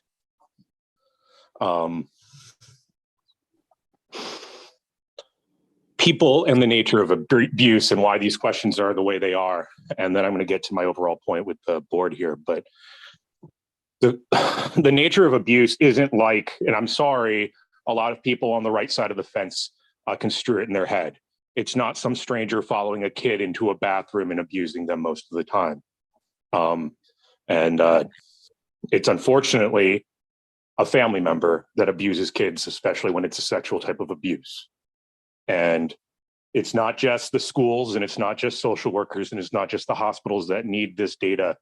Police department needs this data too, so they know how to and when to start looking and how to question kids in those awful situations. And I don't need to go into more detail. In fact, I think it's kind of silly for people to clutch pearls over the nature of the questions like Sylvia did earlier, and then read those questions out loud. That doesn't make sense to me. It makes me think that the argument is disingenuous. And I know that there's no understanding of how that data works. So what I'm saying to back things up to the commission, the board level, is that you guys need to do your homework when it's homework time, not when it's TV time. Okay? That means walk down the aisle. That means have those difficult conversations. And sometimes, yes, you have the difficult conversation in long form behind closed doors, and you can clarify it later on out in front. But you need to do your research and your homework. And frankly, you know, this is just another example when we look at the delay of the CMH funding, where that type of homework into the grant could have been done by the folks that delayed it a long time beforehand, and it wasn't. And this isn't partisan. I can tell you the names of 7 people in Ann Arbor who used to be city council members, who are Democrats, who aren't anymore because they did the same type of bad governing nonsense there. Nobody likes this stuff. Get your act together. Thank you. Is there anyone else? Anyone else in person? All right, seeing none, we will continue on to additional business. 12A, report from the county administrator. Thank you, Chairman Moss. And thank you, everybody, for coming out to the meeting tonight. I'm happy to report, as I do every time, that things are going in a good direction. Continuing to build relationships with leadership, the directors and elected officials and the managers, and I'm very pleased with how that's going. Also continuing to build relationships with the staff, mainly through doing brown bags, but through also everyday interactions as well. So I'm pleased with how that's going as well. Continuing to look at systems and processes and procedures to see how we can continue to move things forward. Thankfully, the majority of things in the county are running well. And so it's just a matter of making sure those things keep running well and that we can improve them where we can. And for those things we need to look at, we will be doing that. So I'm excited about that. So let me touch on a couple of things I just mentioned. Brown bags are still ongoing. I've had 1 brown bag since our last board meeting when I shared with everyone. And that was at the district court down in Holland. So that was a good brown bag. We had a good turnout. Appreciated that. So far, I've done 5 of those: Grand Haven Courthouse, Hudsonville Courthouse, here in the administration building, across the street at Juvenile Services, and at the Holland District Court. Next week, I have 2 scheduled, 1 with the sheriffs and 1 at Public Health, next Wednesday and Friday, respectively. There are an additional 26 brown bags scheduled for the rest of the year. We can put more on the calendar if we need to. That comes out to a little bit less than 1 per week. So we'll be feeling out so if we need to add anything more there, and that's at the county buildings all across the county. So I'm pleased with the pace that we'll be doing of that. And I think it's a really important opportunity to get out there and talk to regular employees. Any employees can come, and I encourage them to be very open and share whatever questions they want. Commissioners can come as well to those. Some people have asked about that, so you're welcome to come. We'll be sending out a schedule of the brown bags. We do send it out. We send out notifications a few days before, but I want to send out an overall schedule, so we're going to be doing that. So just want to let you know that. It's not just myself. We have HR and facilities and the fiscal services there as well. So they're able to field the questions from the employees on things related to that. So I'm pleased with how the brown bags are going, and I think they're a good way of continuing engagement with the staff. Going to the directors and the elected officials, I'm also very excited about how things are going there. I have regular one-on-ones, either monthly or often more than once a month if they need to stop by for something with the directors and the elected officials. So I'm happy with how that's going. And I think to the theme that was displayed tonight, we are hands-on. And so I really like building those relationships up with the directors. And I feel like I want to empower them to do their job well and to have a good relationship there. And as part of the budget process and part of the strategic plan process, I'm encouraging them to be able to keep things running well and to also move things to the next level. I want them to be able to delegate things as necessary so they can be focused on high level, strategic, visionary things that I think directors should be focused on. And as much as possible, structure things so that the day-to-day can be delegated as much as possible.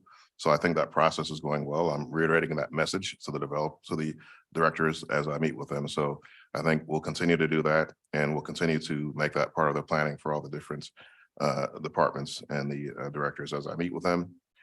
To that point, we're looking at some new structures for the upcoming budget process.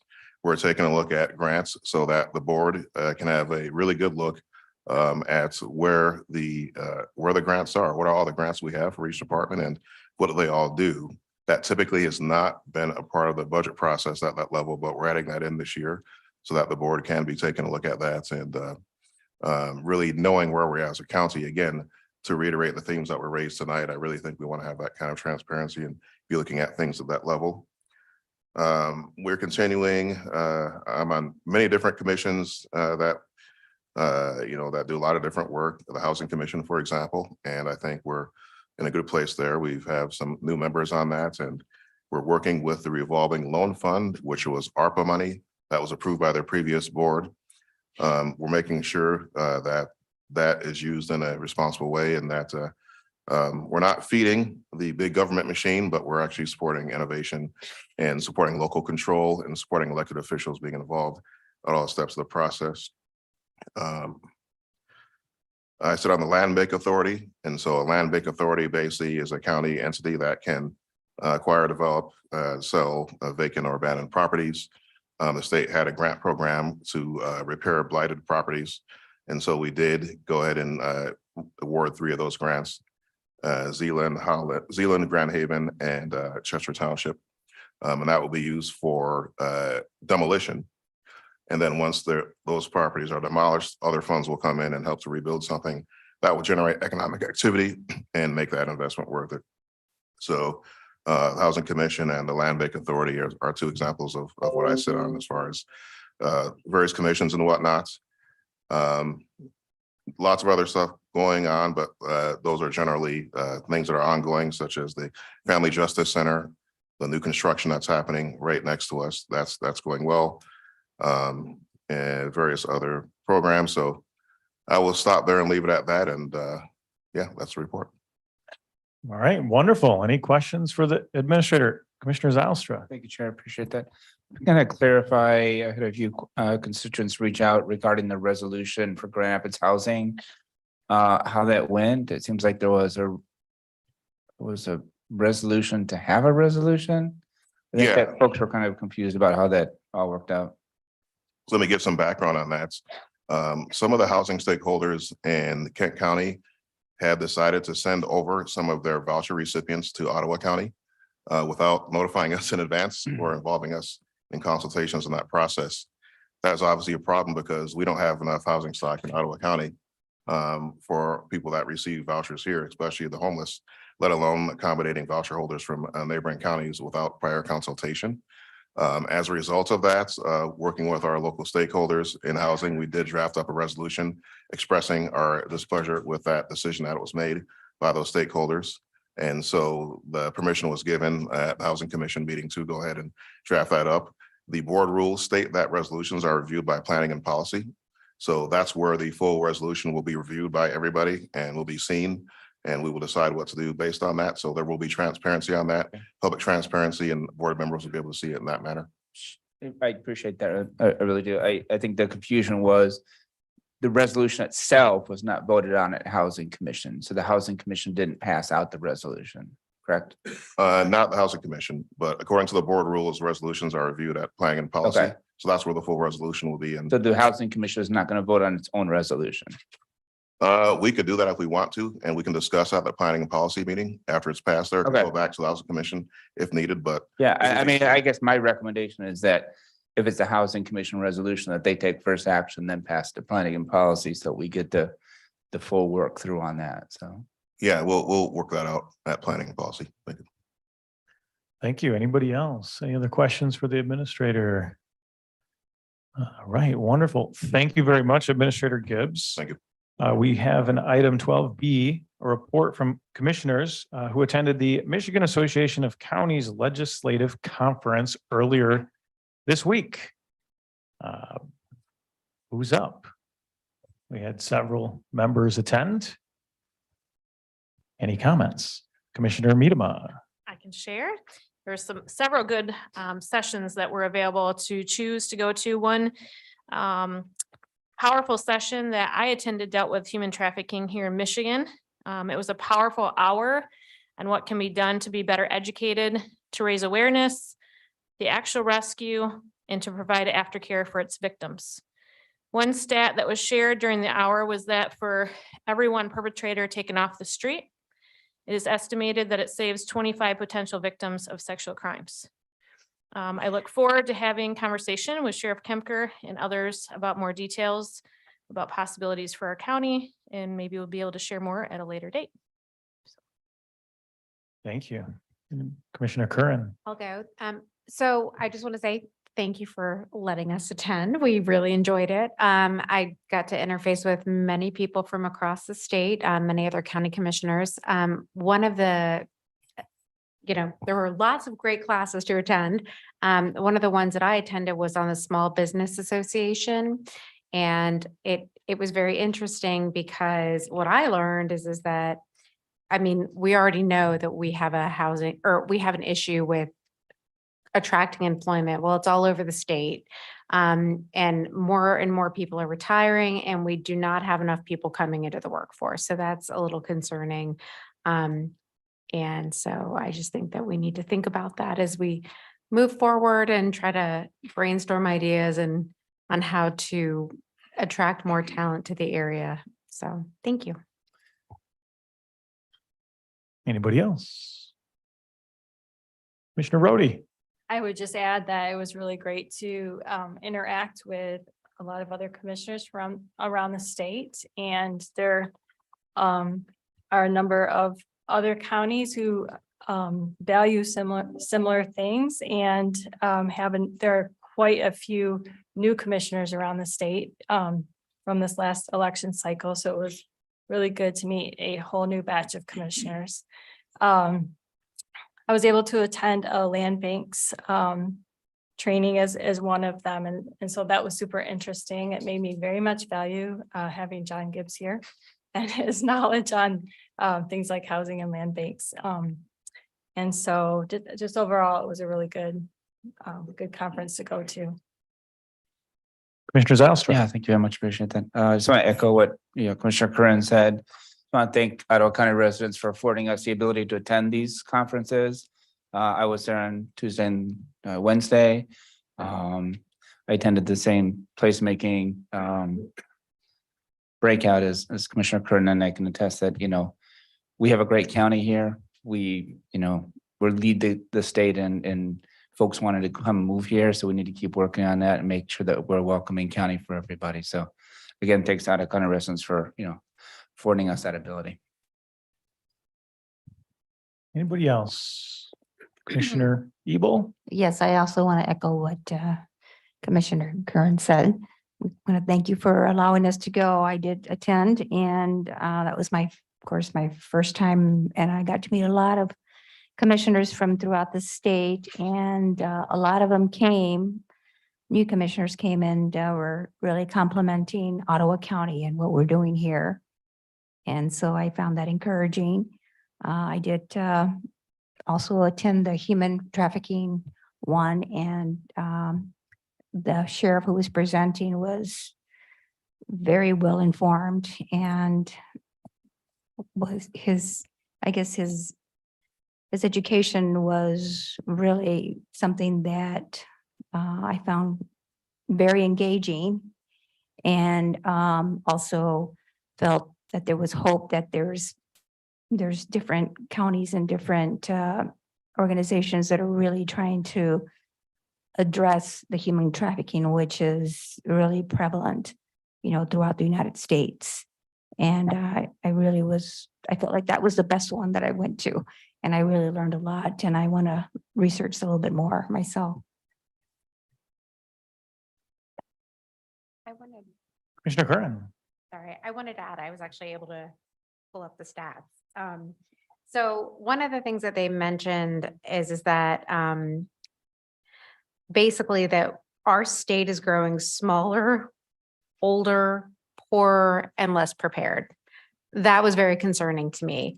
Even though our county is thriving in this, in the state, in our state overall, we have some very serious concerns. 17.7% of Michigan residents are now age 65 or older. We're currently 35th, ranked 35th in the US for our educational attainment. And 13% of Michigan manufacturing sectors employs just 13% of our population, down from 36% in 1970. I think that overall, our state, while we're very fortunate here in Ottawa County, our state has some serious challenges.